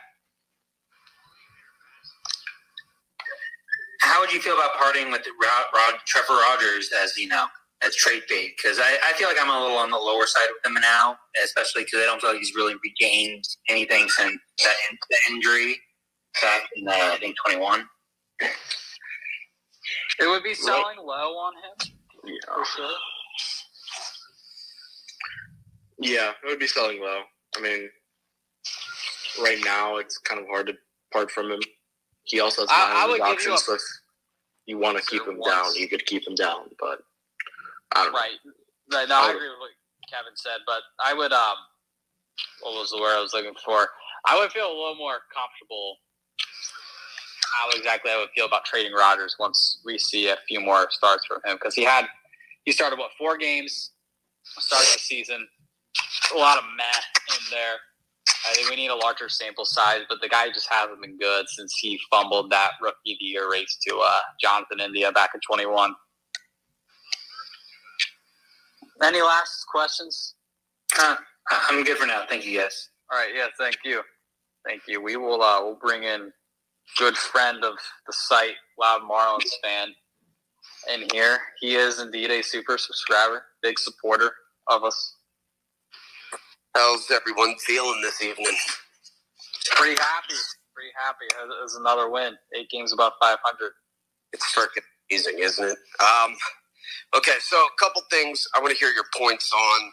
not more or less questions, but my opinions on a few things. Regarding the trade deadline, I don't see them bringing in a catcher, and I don't see Stallings going anywhere, no matter what the fans think. The team, he's the leader out there for them, and he's Sandy's guy. I don't see him going anywhere. Regarding who they may go after, I see going after an outfielder of some sort. We're still missing that consistent outfield bat. I'm not big on Jesus Sanchez right now, but I am big on him being a movable piece that can get somebody back if paired with one of the pitchers. What's your thoughts on that? You said trade Jesus Sanchez? Trade Jesus Sanchez with one of the pitchers to bring in a more consistent, controllable outfielder. I don't think there's that bat out there this deadline, unfortunately. Not only is there not that bad, but Jesus Sanchez, I don't think you trade him. Yeah, I mean, they would have had Brian Reynolds 2 years ago if they would have been able to part with Jesus Sanchez, as we've heard many, many times since that rumor was mounting. But I don't think they trade any of these outfield bats. I think, of course, they're not trading Jazz. Taylor and Sanchez are here to stay. If you want to include Soler in that discussion, they probably won't trade him. I will say, I have thought about what you mentioned, Chase, the possibility of them just not trading for a catcher. I've definitely thought about that. I could definitely see it because they could just say, look, there's just not that catcher that I really, really want in the market right now, and we'll wait a year and see what happens in free agency. I can't name the catchers off the top of my head right now, but I could definitely see that be a possibility. But right now, I mean, if you're trying to win games and you need offense, you look for probably any catcher on the market that's going to provide you that some competent. You can get some good defense out of it too. Right. Another guy who's movable in, I believe, AAA now would be Peyton Burdick. I think they gave him a lot of shots to do something up here over the last couple years, and if that got the eyes of other MLB teams, I think he could be looked at and followed.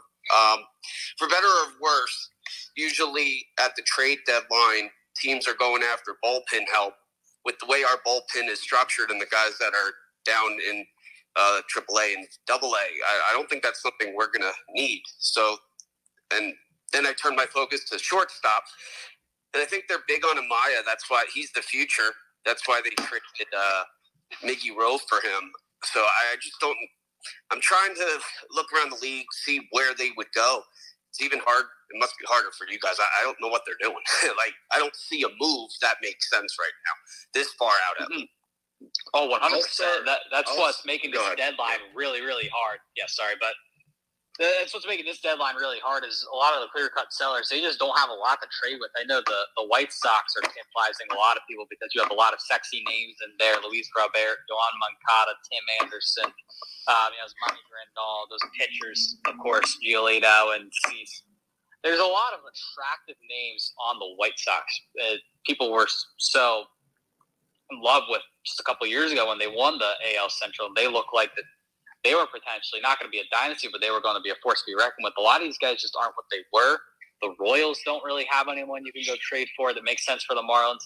Chapman and Barlow will get dealt. They're really nice options. Kevin, you think they're going to Arizona or Texas? Which one did you say? I said Texas. Texas. I think Arizona or Texas. They're going to end up somewhere down there in the desert. But those don't make a lot of sense for the Marlins. The A's, who do they have to trade? I mean, Ramon Laureano, maybe, but doesn't really help the Marlins. Rooker, he's fading after a hot start. You look at the Rockies, no one's going to trade for Chris Bryant. That guy's fall off is crazy, and that contract's ugly. Elias Diaz, maybe that makes sense. The Tigers, who do they have to trade? This is like, you got I'll no say one. This is the first deadline where it's like, what are they going to do? We know they're going to buy. But what are they going to do? We know what are they're going to do, exactly how are they going to do it? Yep. Exactly, yeah. That's how I could put it. And just with what you said about Burdick, has he gotten a chance, really? I mean, he played for most of last season at the end. I think it was a little unfair that they chose, I think it was Jonathan Davis at the time over Burdick, in my opinion. Obviously, Burdick ends up going back to AAA, I think hitting a homer like in back-to-back games or something like that, he's still pretty good.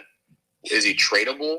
I think that's more of an Eli question. I really don't think you should trade starting pitching either, or pitching in general. You always need pitching. Right. It has to be a very nice offer if you're going to trade pitching. And if you look at this team overall, you got to give credit to that front office that was beaten up as fans over the last couple of years.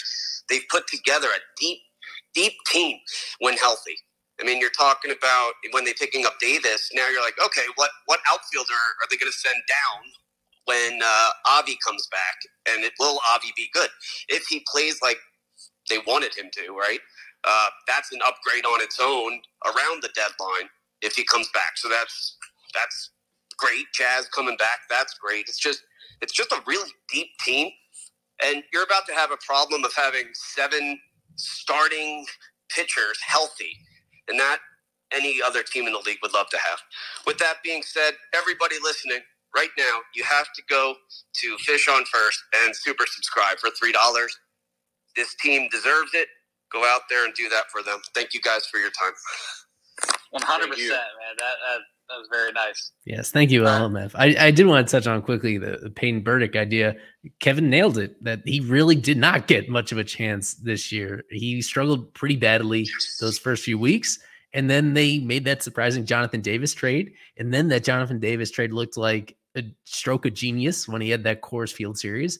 And since then, he hasn't hit really at all since then, but he actually has done really small things that have helped them win games. You know, he's been perfectly fine defensive center fielder, and he's been a slightly faster base runner than Burdick. And like, so overall, you can understand that move. If they were willing to make that move when they did, I think that told me that they're pretty much out on Peyton Burdick. I mean, it's hard to justify. I think he still is in that spot where he has some trade value, but there's reasons to be pessimistic. It was disappointing in that small sample that we saw. And since he's gone down, he still has a 40% strikeout rate in AAA through 40 games. That is highly, highly troubling for a guy that's repeating AAA, that already played it last year.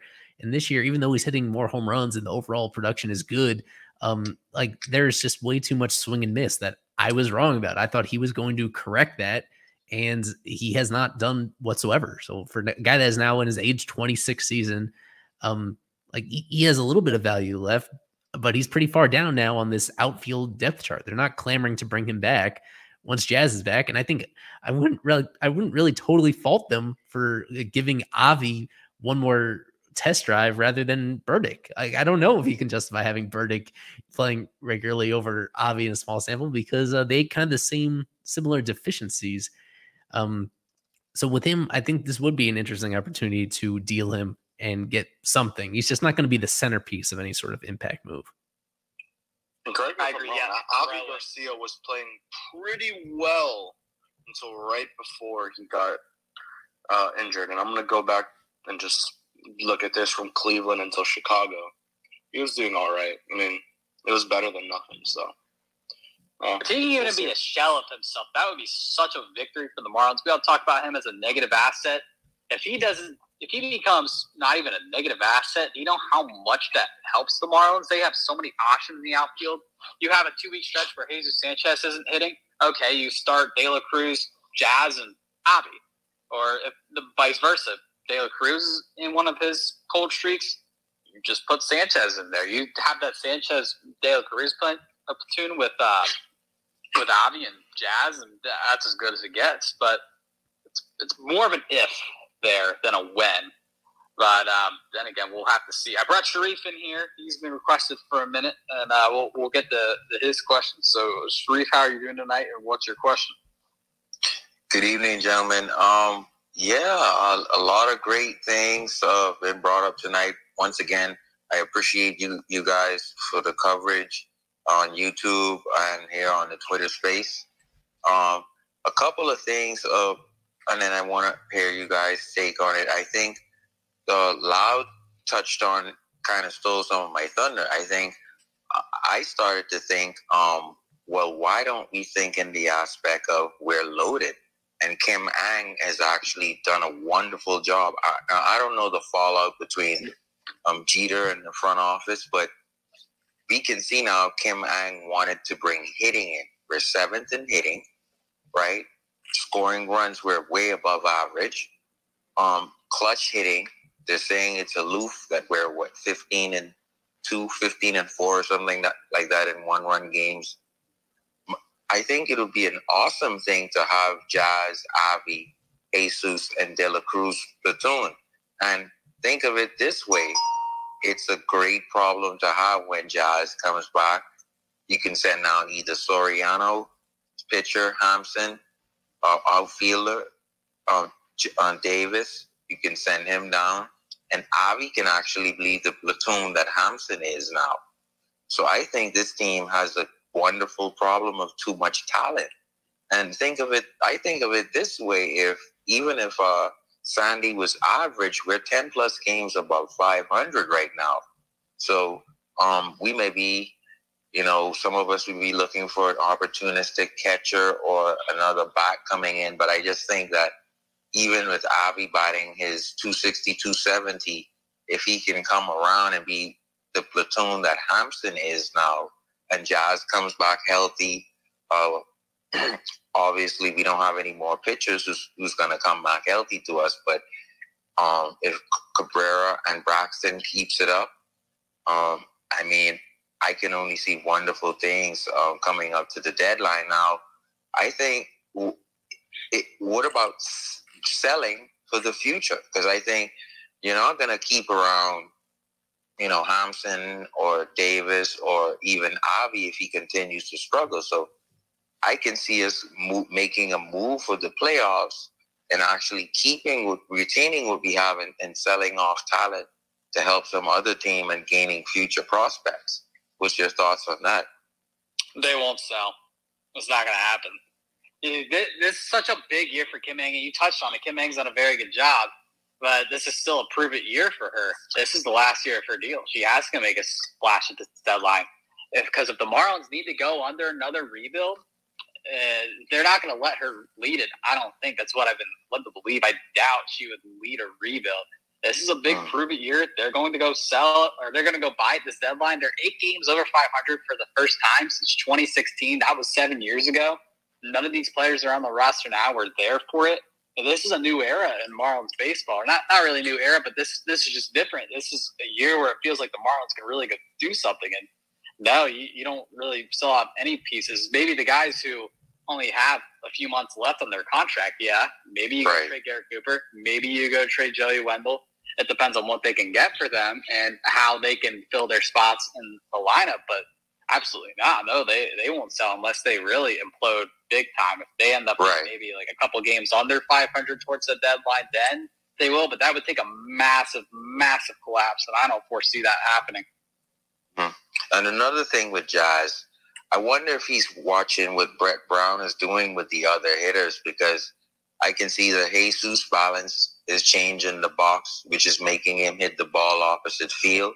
And why I say that is they're watching Arias and his hitting, and some of that is moving on into the rest of the hitters. But if Jazz doesn't make the adjustment with Brett Brown, like for me, even I'm a Bahamian, I'm from the Bahamas.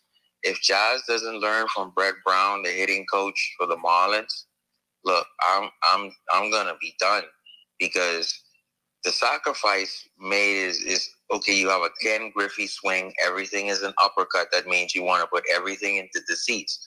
But at some point, Jazz is gonna have to learn how to spray the ball around, and I don't want to see the same Jazz who we saw earlier in the season. That's my only worry. I think we'll be fine otherwise. Yeah, no, I mean, Jazz got off to a slow start. He was starting to heat up a little bit right before that injury. He was doing really well in that Reds series, and it was starting to turn it on a little bit in that road trip before. The injury was really unfortunate timing, but we know what he's capable of. And, yeah, I mean, if Jazz can't get it together, I don't think maybe they go see what they can get for him on the open market down the line, but they won't extend him. No, the extension's definitely out of the question, because, again, the Marlins have a very limited amount of money. They're only going to give money to guys they really feel like can hang around long term, and they definitely have to think about an Arise extension. They definitely have to think about a Luzardo extension. And you'd think Jazz will be a no-brainer, but like you said, if he keeps hitting the way he's been hitting this season number-wise, no, they don't extend him. But we know what Jazz is capable of. I'm confident that he can turn it around. His defense has been fine in center field. Everyone worried about that at the beginning of this season, but I don't think that's too much of a problem anymore. Maybe it is right away if he's come back from an injury and he's not quite as agile, but he's taking his time coming back. I mean, he hasn't even started his rehab assignment yet, so they're being careful with him. You have to be careful with a guy that's that important to this team. But, that's my thoughts. Yeah, and finally, I think with Sandy, I mentioned this in the last space. I just think that, Pablo would, pull him by his collar and he would listen to Pablo. And I just think that, Mel Stoudemire can do what he can, but it would be Pablo. And I think that going into the dugout after each inning, I mean, you're not going to look up to Yuri. You're not going to look up to Garrett. You're not going to look up to anyone. And Mellon isn't going to, be around you 24/7. I just think that Pablo has had a great effect on Sandy in terms of inning to inning. And it's catching up with Sandy. I think he'll be fine. But he has to now carry this entire team, which it was Pablo's duty to do that. And that's just my opinion on that. And thank you for allowing me to share. Appreciate it. Yeah. Thank you, Sharif. I've been wrong about this before, I suppose, but I feel like Sandy has finally turned that corner to being himself again. The last 2 starts, 14 innings, and 13 terrific innings. There's that one bad inning against the Oakland A's. The other 13 out of his last 14, he just looks great. The velo, as the fastball velo, has been as high as at any point this season. And the biggest indicator is he's getting as many ground balls as he's had at any other point this year. So he just needs his defense to make more plays behind him. It would help if Sandy himself fielded his position a little better. Even without that, I would expect him to be very good the rest of the season, health permitting. I got Sean in here, good friend of the site, host of Marlins After Dark. Love Sean. So Sean, how are we doing? And what's your question for us tonight? You utilize the chat feature better than anyone else here. I feel like you ask good questions in there, make good comments. I feel like I can never get to them though. So whatever you got, we will answer, buddy. Hey, thanks for that. And yeah, doing great. Big series win. Just for some fun trade hypotheticals, just wanted to throw that out there. If the Cardinals become a surprise seller, which I'm still skeptical that'll happen, but if they do, I keep kind of hearing buzz that it's a possibility. Who would your preferred Cardinals be? I know we kind of talked about this in the spring, but after a couple months of data now, just wondering where you're at on that if the Cardinals decide to actually move some pieces and they can't turn their season around. Well, we talked about Ivan Herrera as who's not AAA though. I think he's talking major league. Yeah. Bigger swing. The Marlins are 10, 15 games over in July, and they're going. Dylan Carlson just came back from injury, but I don't know how much people are looking at. Carlson, you could do Tyler Neal, but I don't know if any of these guys will actually do it. And again, it's still so far out. The Cardinals are 12 games under 500. They just look discombobulated. They just lost the series to the Reds, but Cardinals are one of those teams that just have the ability to just rocket up out of nowhere and just go on a win streak. They're known for those signature win streaks at some point throughout the year. But I do want to put this out there, and I don't think many people are thinking it, but anyone who is, I have to crush in your hopes and dreams right now. Nolan Arenado and Paul Goldschmidt will not be traded, at least to Miami. They will not be traded.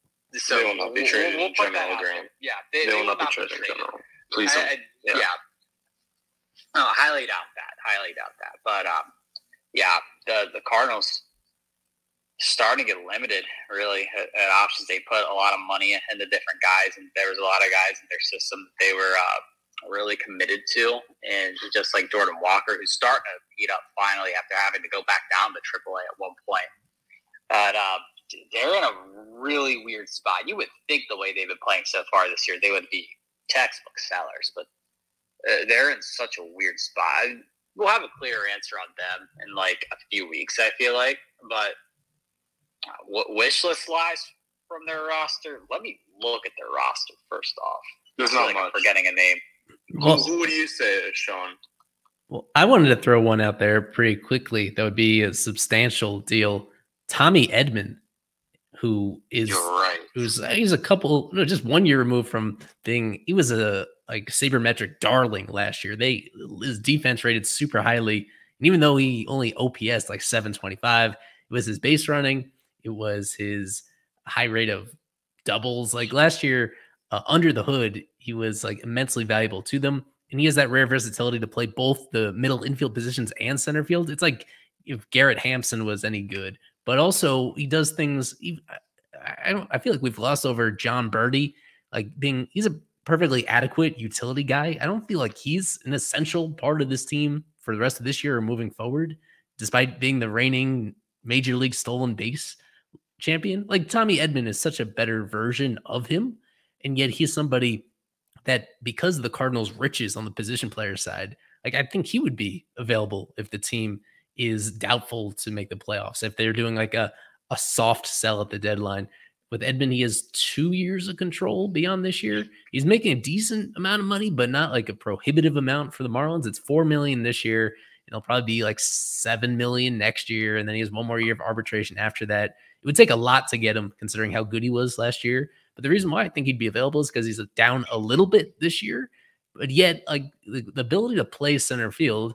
And right now, the Marlins just haven't really had a backup center fielder on the roster at any point.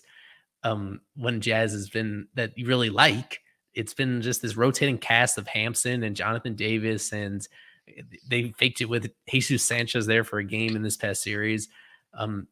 That would be a pretty big splash. A type of player that also I just think would fit well at Lone Depot, being such a contact-oriented guy who has a little bit of power, but he's still immensely valuable even when he's not hitting home runs.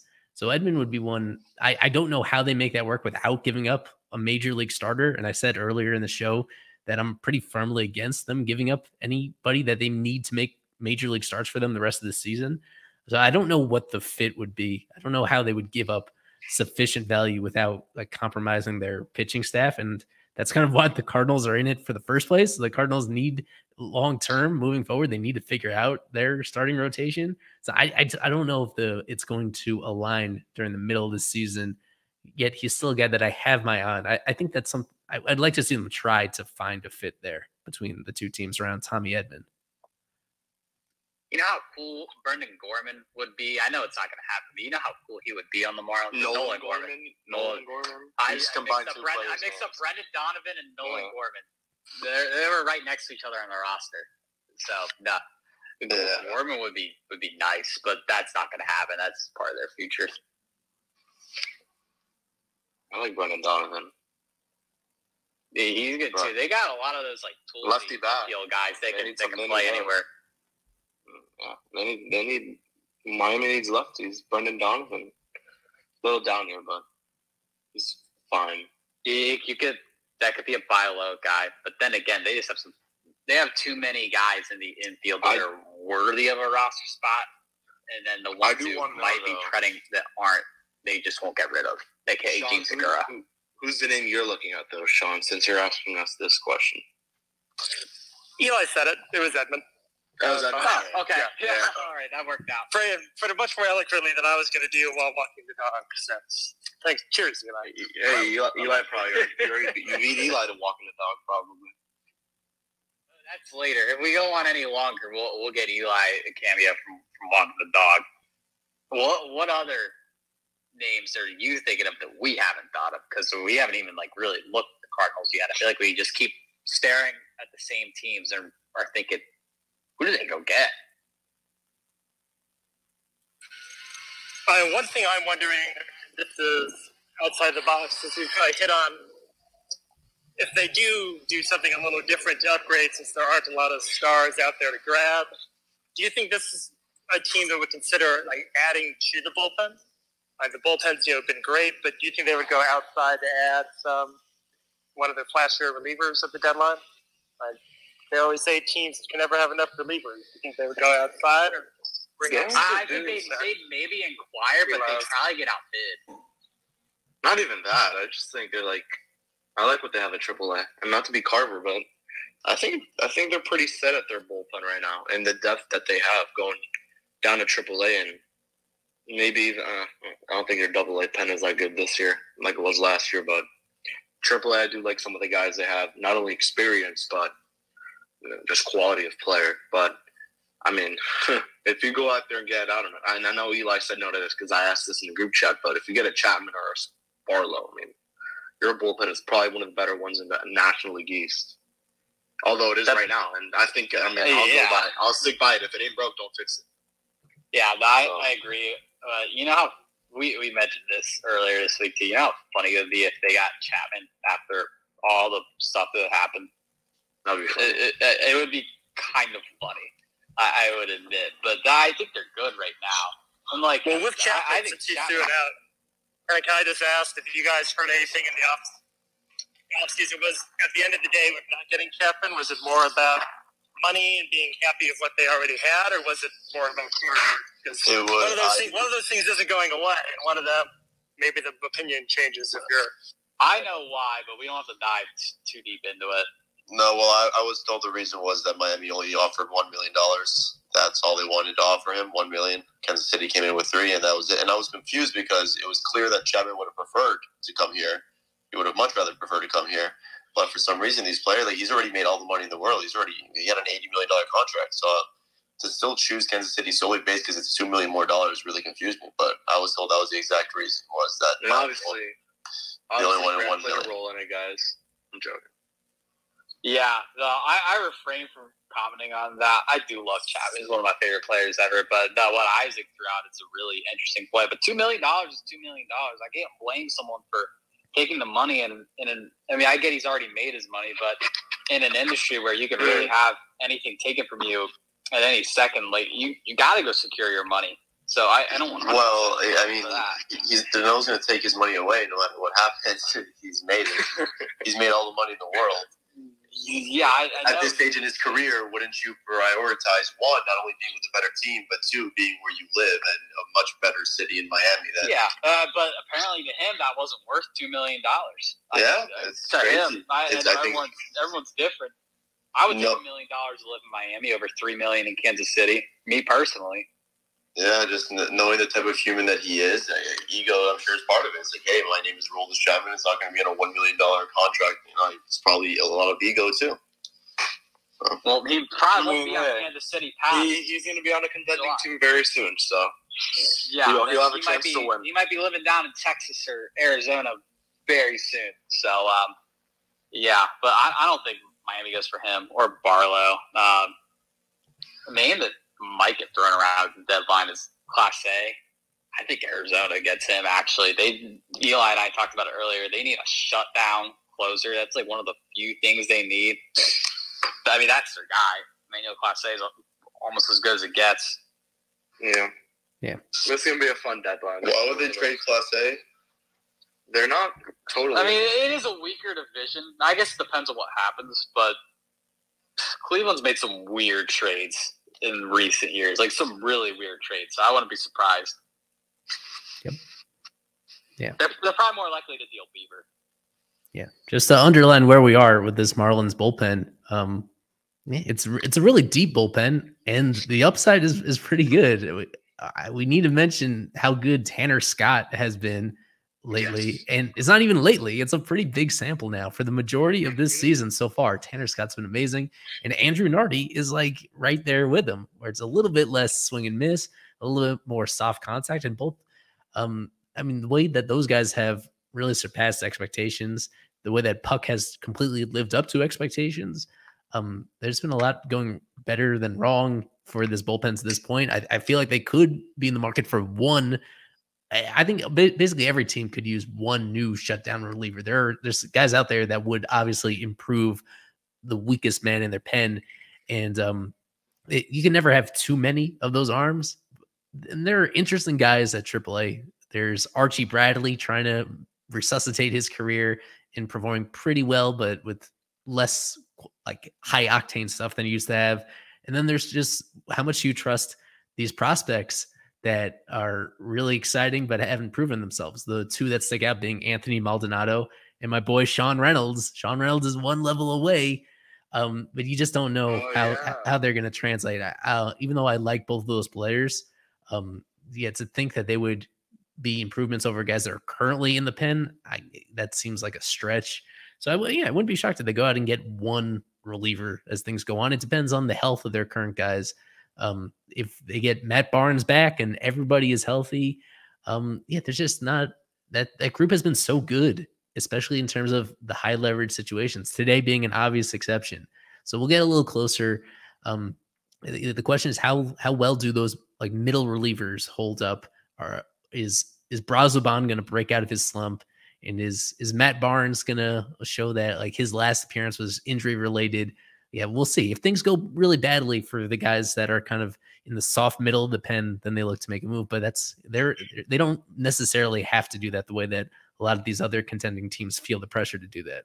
It's also pretty balanced in terms of lefties and righties. So, I mean, you really can't be – there's no complaints about the bullpen now that I'm looking at it through the roster resources. So, yeah, and I think Eli said it. I mean, I think if Miami does get a reliever, it should be a shutdown guy. Like, that would have to be your best reliever if you acquire one. But I like what they have at AAA. I completely forgot Sean Reynolds got promoted. Shout out to him. Very much deserved. So, yeah. And then with Bradley, he's just happy to be on a major league team or on a team in general is how he sees it. I know I asked him, we like to be in the bigs. He said, yeah, it would be nice. But, I think right now I'm just happy to be on the team. He's topped out at 96. He's hitting 90s consistently. So it's nice to see that on the fastball. So, yeah, agreed. Yeah, you got anything else, Sean? No, that's all I got. Thanks. Yeah, no, I appreciate you, man. The GOAT.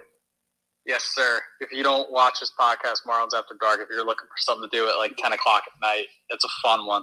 I got to get back on soon. I'll bring Romeo back in here. That's super subscriber priority, trying to get to everyone here. But, Romeo, what else you got?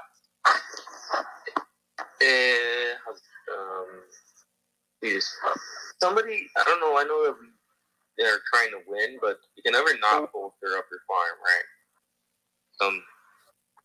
Can you restate that one more time? Yeah. I said you can never not want to bolster up your farm. And bolster. I mean, I thought you said blow it up. I was like, well, they do have the draft coming up, Romeo, so they're going to improve their farm somehow in the draft. Kevin, every team has the draft coming up. Every team. I know, but I'm saying they're going to improve it either way. So a name that I was looking at, right? So Gary Miller, Panamanian. I feel like that's something. He's in AAA, hitting 261 this year. Jose Ramos on the Dodgers. He's hitting he's hitting 261. He plays center. He's like the number 12 prospect. They need him. I know you said not trading starting pitching, but you got Eater. I know he's probably not gonna be MLB ready. You can have Cueto. Eater's not getting dealt.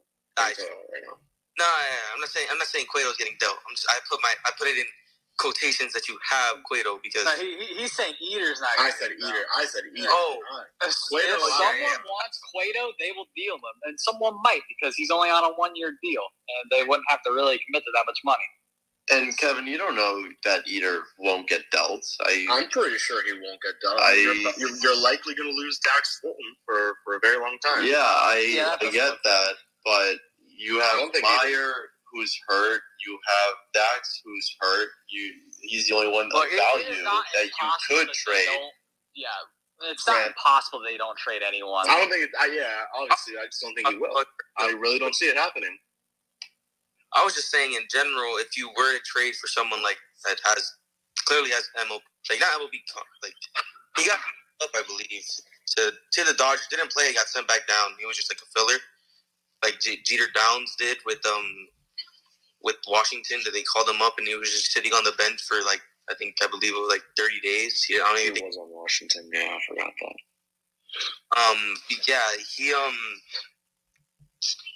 he's a name that you can look at and add.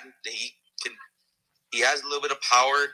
He can hit. Yeah, I've seen his hit tool. Well, I've seen him hit or try to. He didn't do that best in WBC, but that was against major league pitching on some sides. He had a couple hits, a couple singles. I follow the Panamanian MLB site, so they put all his at bats most of the time. But yeah, it's a name that you can look at and as someone you can add to that farm, try and bolster up. I mean, AAA is literally just a farm or just a spot for retired people and Anthony Maldonado, pretty much. Just their AA is so much better than AAA. So if you want to add someone, you can add him and just see how he does against like nearest the MLB hitting. He's only like 21, 22, somewhere around there. I was wondering why you picked out this random guy, and then you let it slip. He's another Panamanian guy. So all the Panamanian players, they are on your radar. Yeah, he's performing really well down there for the Dodgers AA team. I don't see he's probably not going to fit on this current roster in any particular way. That'd be, as you prefaced it the right way. It would be about building for 2024 and beyond, because he's getting close to being a potential major league contributor. Not right away, but soon. Yeah, that's good. I knew I wasn't really saying like buy him and start him right away, but I just had him like somewhere where you can like look at him, keep him on eye, just in case you end up having to move Jazz back to short. I doubt it happens, but if you have to do it, did someone you can look at out there. But yeah, that's what I had to say. That was the name that I was looking at. There are some names here that was that all you had? I was just gonna say, like, I feel like it repeats with the Panamanians. I feel like because you guys are all like always on other players that shout out to you. I appreciate you. Yeah, I gotta spam my that I got a chance to add them out here. Shout out the country, the money, bro. Yeah, hell yeah, I like it. I mean, Kevin loves his Cubans. I love my Cubans. Those are your guys. Panamanians, yeah, dude. Yeah.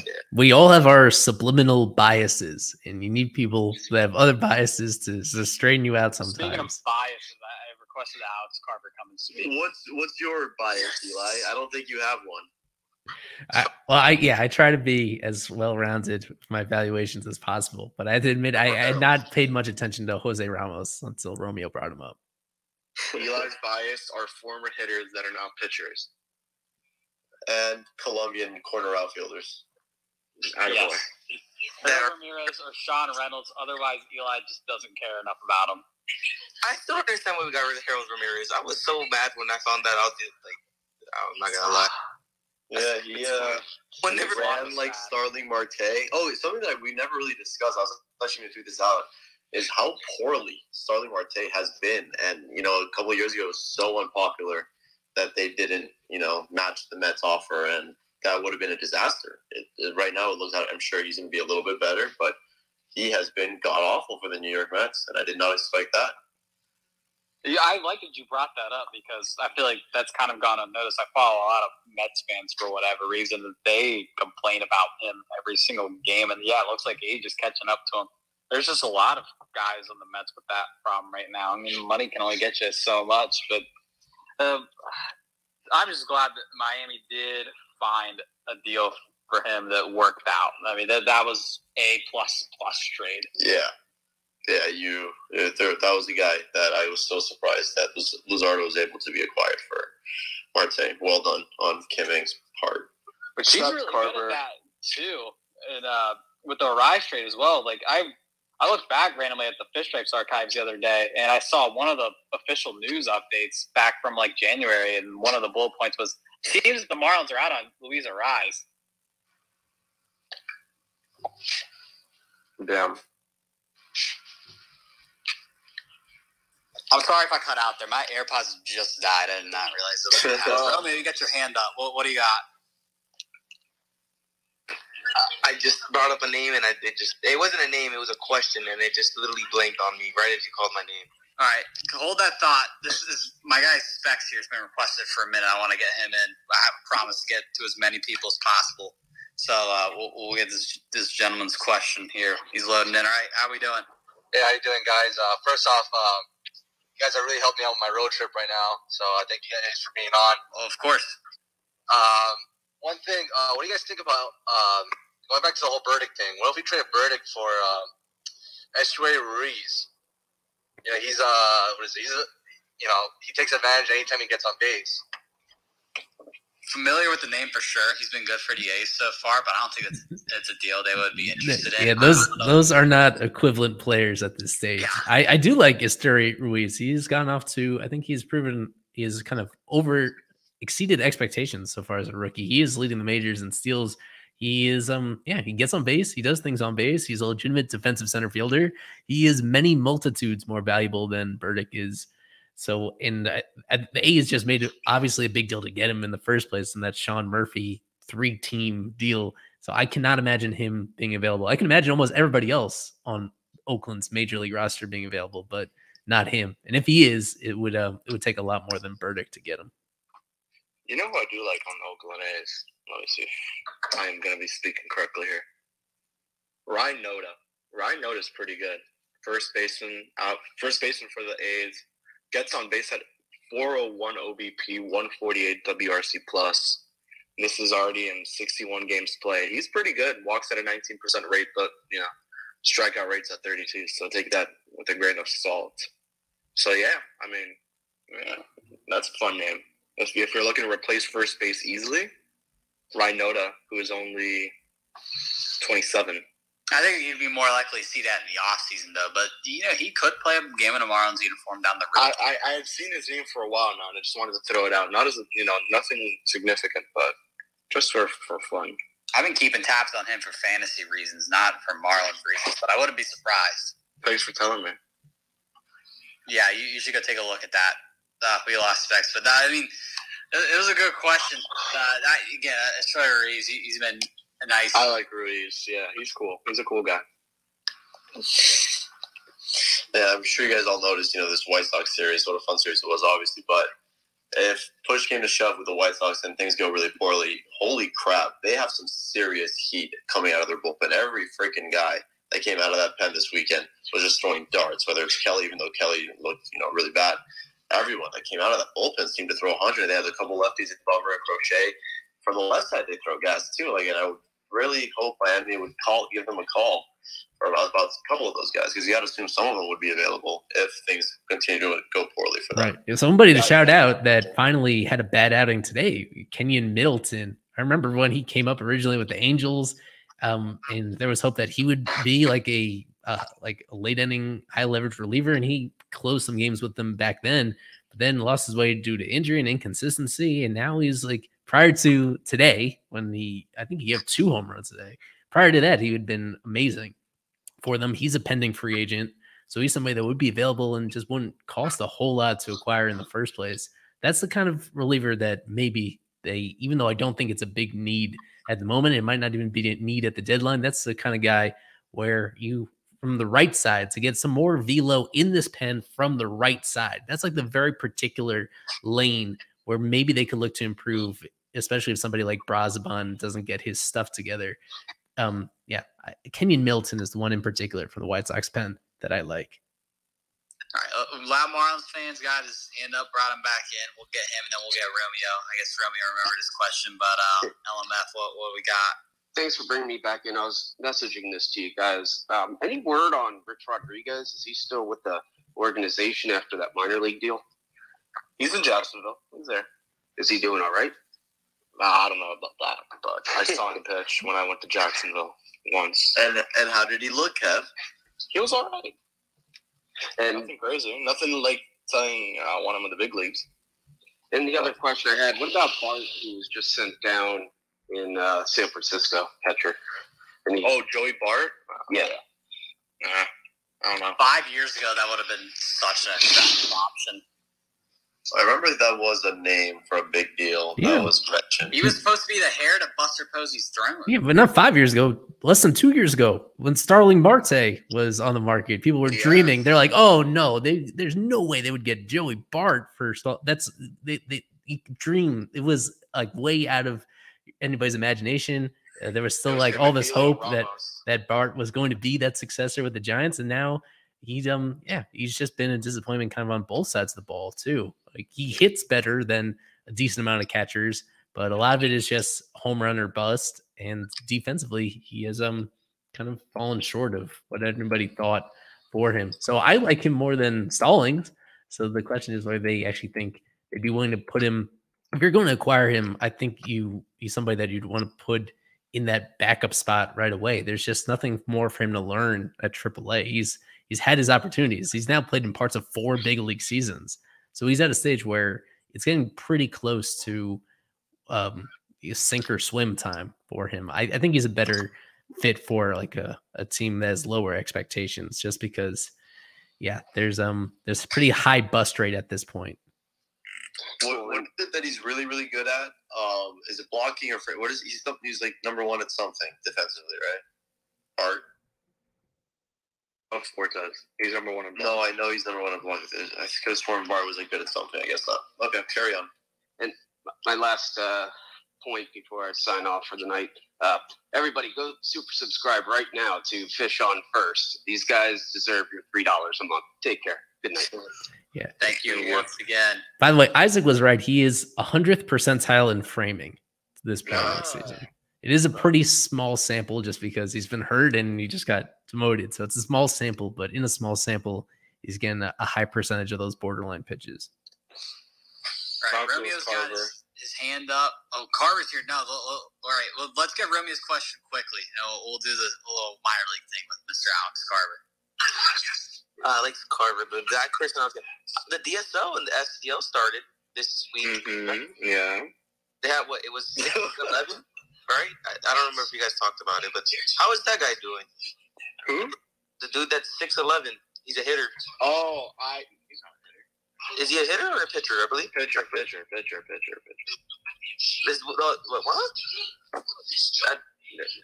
He's a pitcher, Romeo. Yeah. How's he doing? I haven't kept up too much with the league thus far, but we have someone here who has. So we do. Alex Carver.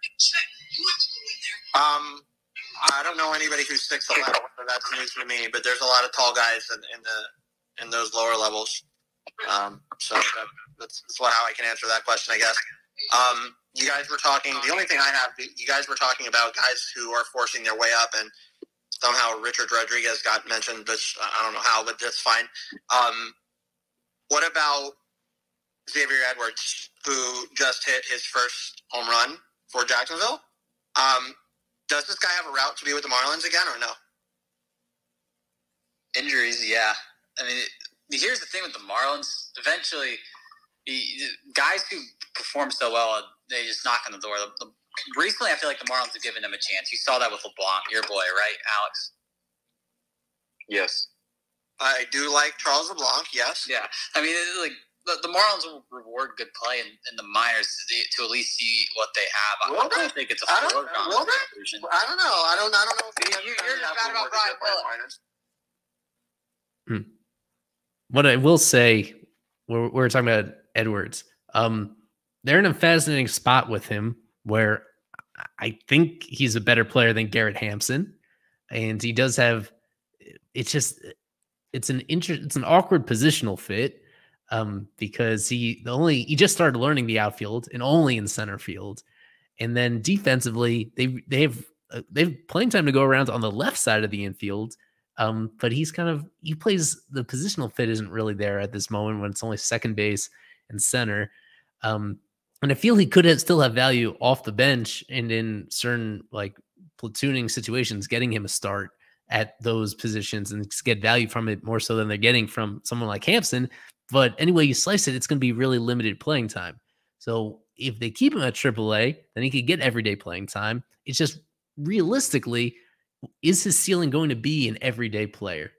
I don't know if he's going to be an everyday player. In fact, I'd say it's more likely than not that he's going to be something less than that.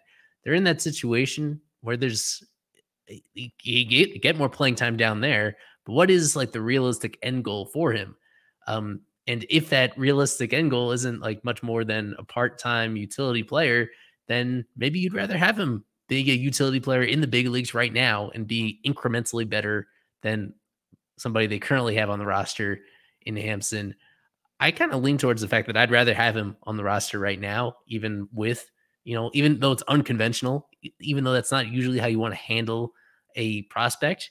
It's just that they're different tiers of prospects.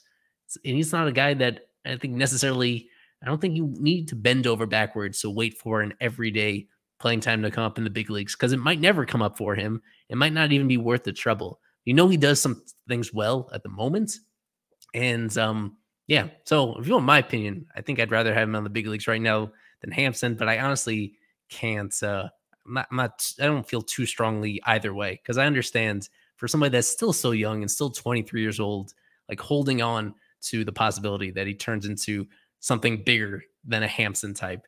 And if they feel that continuing to get reps in the minors, as you said, doing something today he hadn't done all year, hitting a home run, and it was a pretty no doubt home run to the pull side. Yeah, I can understand both sides of it with him. So I have a question, a follow-up question for Eli. Eli, you wrote an article when this trade happened. It was with Tampa, right? They got Chagua and they got Edwards in the trade. And at the time when you guys were somewhere else, I won't say the name, but when you guys were somewhere else, you wrote an article that you thought his ceiling was that comparable to Jose Devers. And Jose Devers has actually been, when he's been healthy this year, has actually been okay with Double-A Pensacola. But would you retract that and say Edwards is probably better?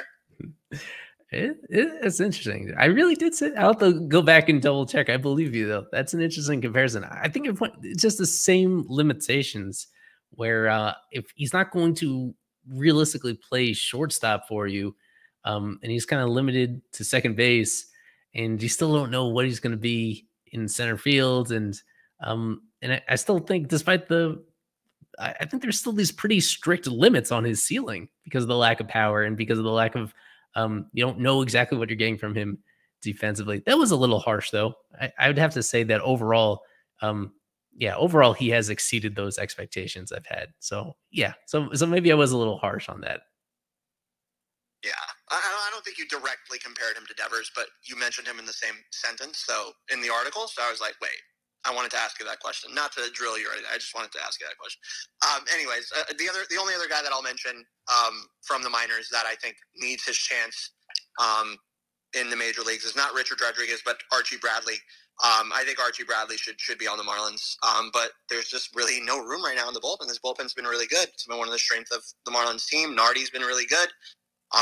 Brazoban has been up and down, but overall, okay. I mean, I would probably lean to the fact to give Bradley the shot, who has major league experience. He's been part of some teams that have gone pretty far. On a winning team, I would like to see Bradley over Brazoban, but that would be my only other opinion for tonight. But I want to see Bradley get up and contribute to this bullpen. That's it for me. On the prospect side, I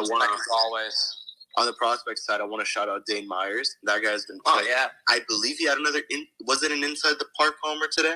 Something like that, but I know he's been having success. It was a regular home run, not inside the park, but yeah, he's been very impressive. I know he had one this year, so that's why I got confused. Yeah, he did.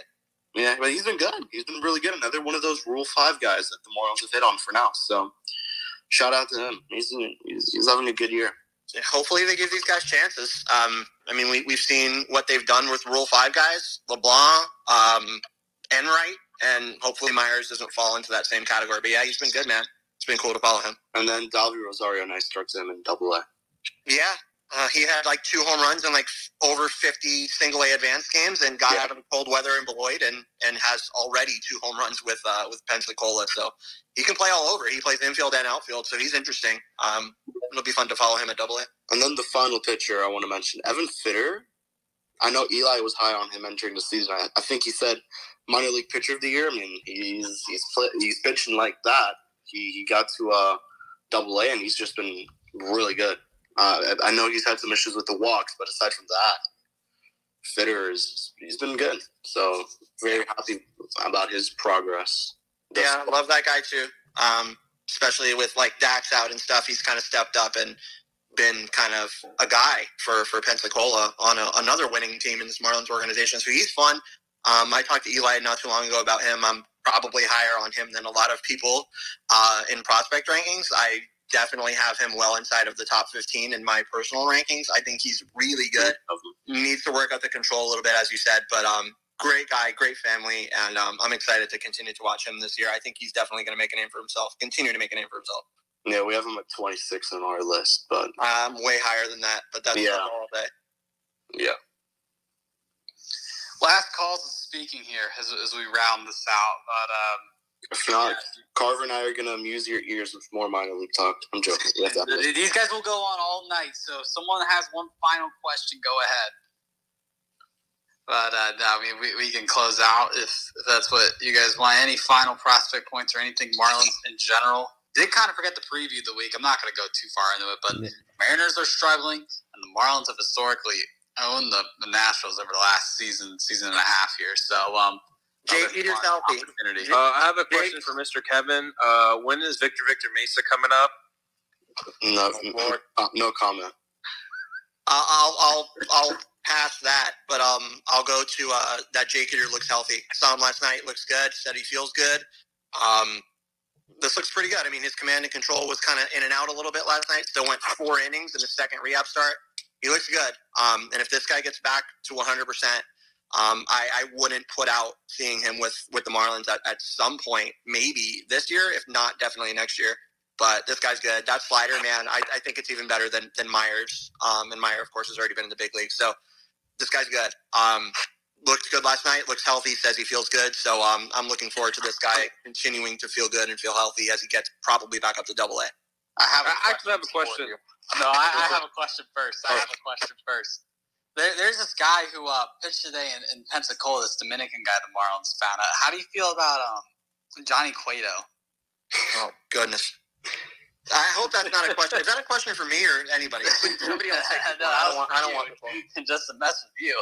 I'll plead the fifth on that question, and that's all I'll say. Go ahead, Danny. I was just gonna ask Carver. We're less than a month away from the draft. Have there been any draft talk, or what do you guys think? And maybe Carver, who do you think the Marlins take in the 10th? And no, it's not Nolan Shannon. No, he's second round.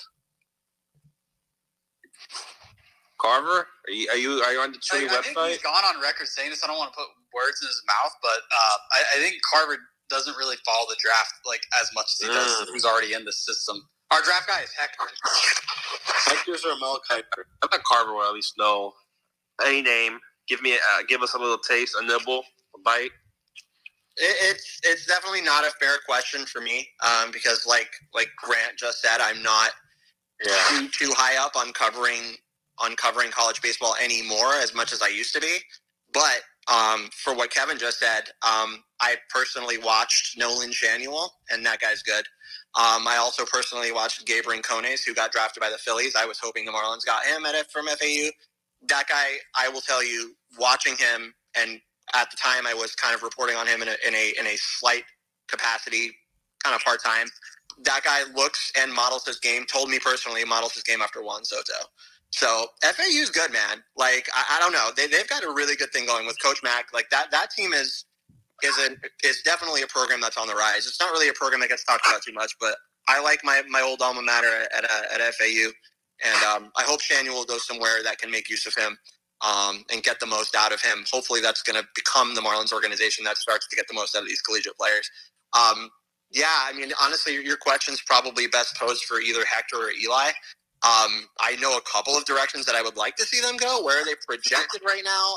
I honestly, things change every day, so I really don't know, Daniel. Could go a couple of different ways.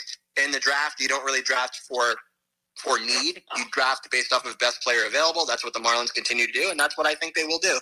They'll get the best player available at number 10, and then that's exactly what DJ continues to do. I think that's what he will do this time as well. Continues to do. Yeah, what has he ever done that besides 2021? He tries to do that. That's what he tries to do. I mean, it looks like get the best player available. Yeah, they're mocking right now Jacob Gonzalez from Ole Miss, which wouldn't be that bad. I would take a nice little shortstop with a low strikeout rate. Nolan Schanuel, 447, 615, 868, 1.483 with 19 homers, 64 RBIs. That guy only struck out 14 times against 7, and he walked 71 times this year. This guy needs to be the second round steal of the draft for the Marlins. I love Nolan Schanuel. I got to watch him play in person, I think, a couple times. Are you going to be at his draft party, Kevin? Of course. I do like Yoani Morales, but I don't think Miami takes him at 10. I think he'll drop lower in the draft. He'll be in like the 20s, late teens. I do like Morales, so I think it would be a nice pick. And that would be very underslot, I believe. Let's pick Ivan Melendez again. Hector will have an article up in the morning on prep shortstop Arjun Namala, who's from Florida. He's committed to Florida State. So that'd be an option if they want to go under slot with their first pick. A guy that has a good shot at sticking at shortstop, a good contact hitter, some swing. He's like an interesting project if they'd go that route. So we'll see. That's the next up in our draft profile series. He's already done one on Jacob Gonzalez. He's done one on Rhett Lauder, the pitcher at Wake Forest. Oh, he's nasty. Yeah, among a couple others. So check that out on the site. If you just go to fishonfirst.com/prospects, you'll be able to find that. Samuel's the number 29 prospect on Pop. Kevin, tell me how Jacob Berry's doing before we close it out. Go. Under a minute. Tell us. Jacob Berry, he has not been very good. There's just another way to say it. He played a little bit of first base this week, but he's been playing third. He's hitting 174, 216, 287, 502 with a whopping WRC plus of 43. So that was the 2022 first round pick. All right. I think it's a perfect way to end the graph. It looks like, I mean, I'm just looking at stuff and things that I continue to look at. It looks like it's going to be like in this range of like, 7 to 10? It's like all prep picks. So it looks like it's probably going to be another high school kid. It's what I would guess. So, man, I just hope it's not another catcher. The Marlins have had their fair share of prep catchers who have not done too much, including Banfield Mack and others. So I hope it's not another catcher because I'm kind of over prep catchers at this point. They have a lot of risk to them. But, yeah, maybe an arm, maybe a shortstop, as Eli said. I'd probably be okay with that, but we'll see what they do. I wouldn't shock me if they go catcher, though. It wouldn't shock me if they go catcher, especially since the highest rated one is exactly the number 10 guy, Kyle Teal, college guy out of Virginia. It wouldn't shock me if they go catcher, though, Carver. I mean, that system, the current look of the system with catchers, it's not good. Not good at all. No, you're right. But like I said, you don't really draft for positional need. Exactly. That's not really what you do. Go best available. Yeah. Yeah, you go based off of who's the best guy there. So Gaines would be amazing, but that's not realistic. But yeah. All right, well, I think that's a solid way to end it out. If you were here for the entire 2 hours and 15 minutes, we were live. Thank you. If you listened back to this when we put this out on all the podcast networks and listen to this, thank you very much. We've got so much content coming this week. It's a fun time to be a Marlins fan. We get to stream tomorrow. The boys are playing out in Seattle, D.C. this week. So we'll see you this time next week to hopefully talk about a team that's even better than 8 games over 500. Thank you all, and have a good night.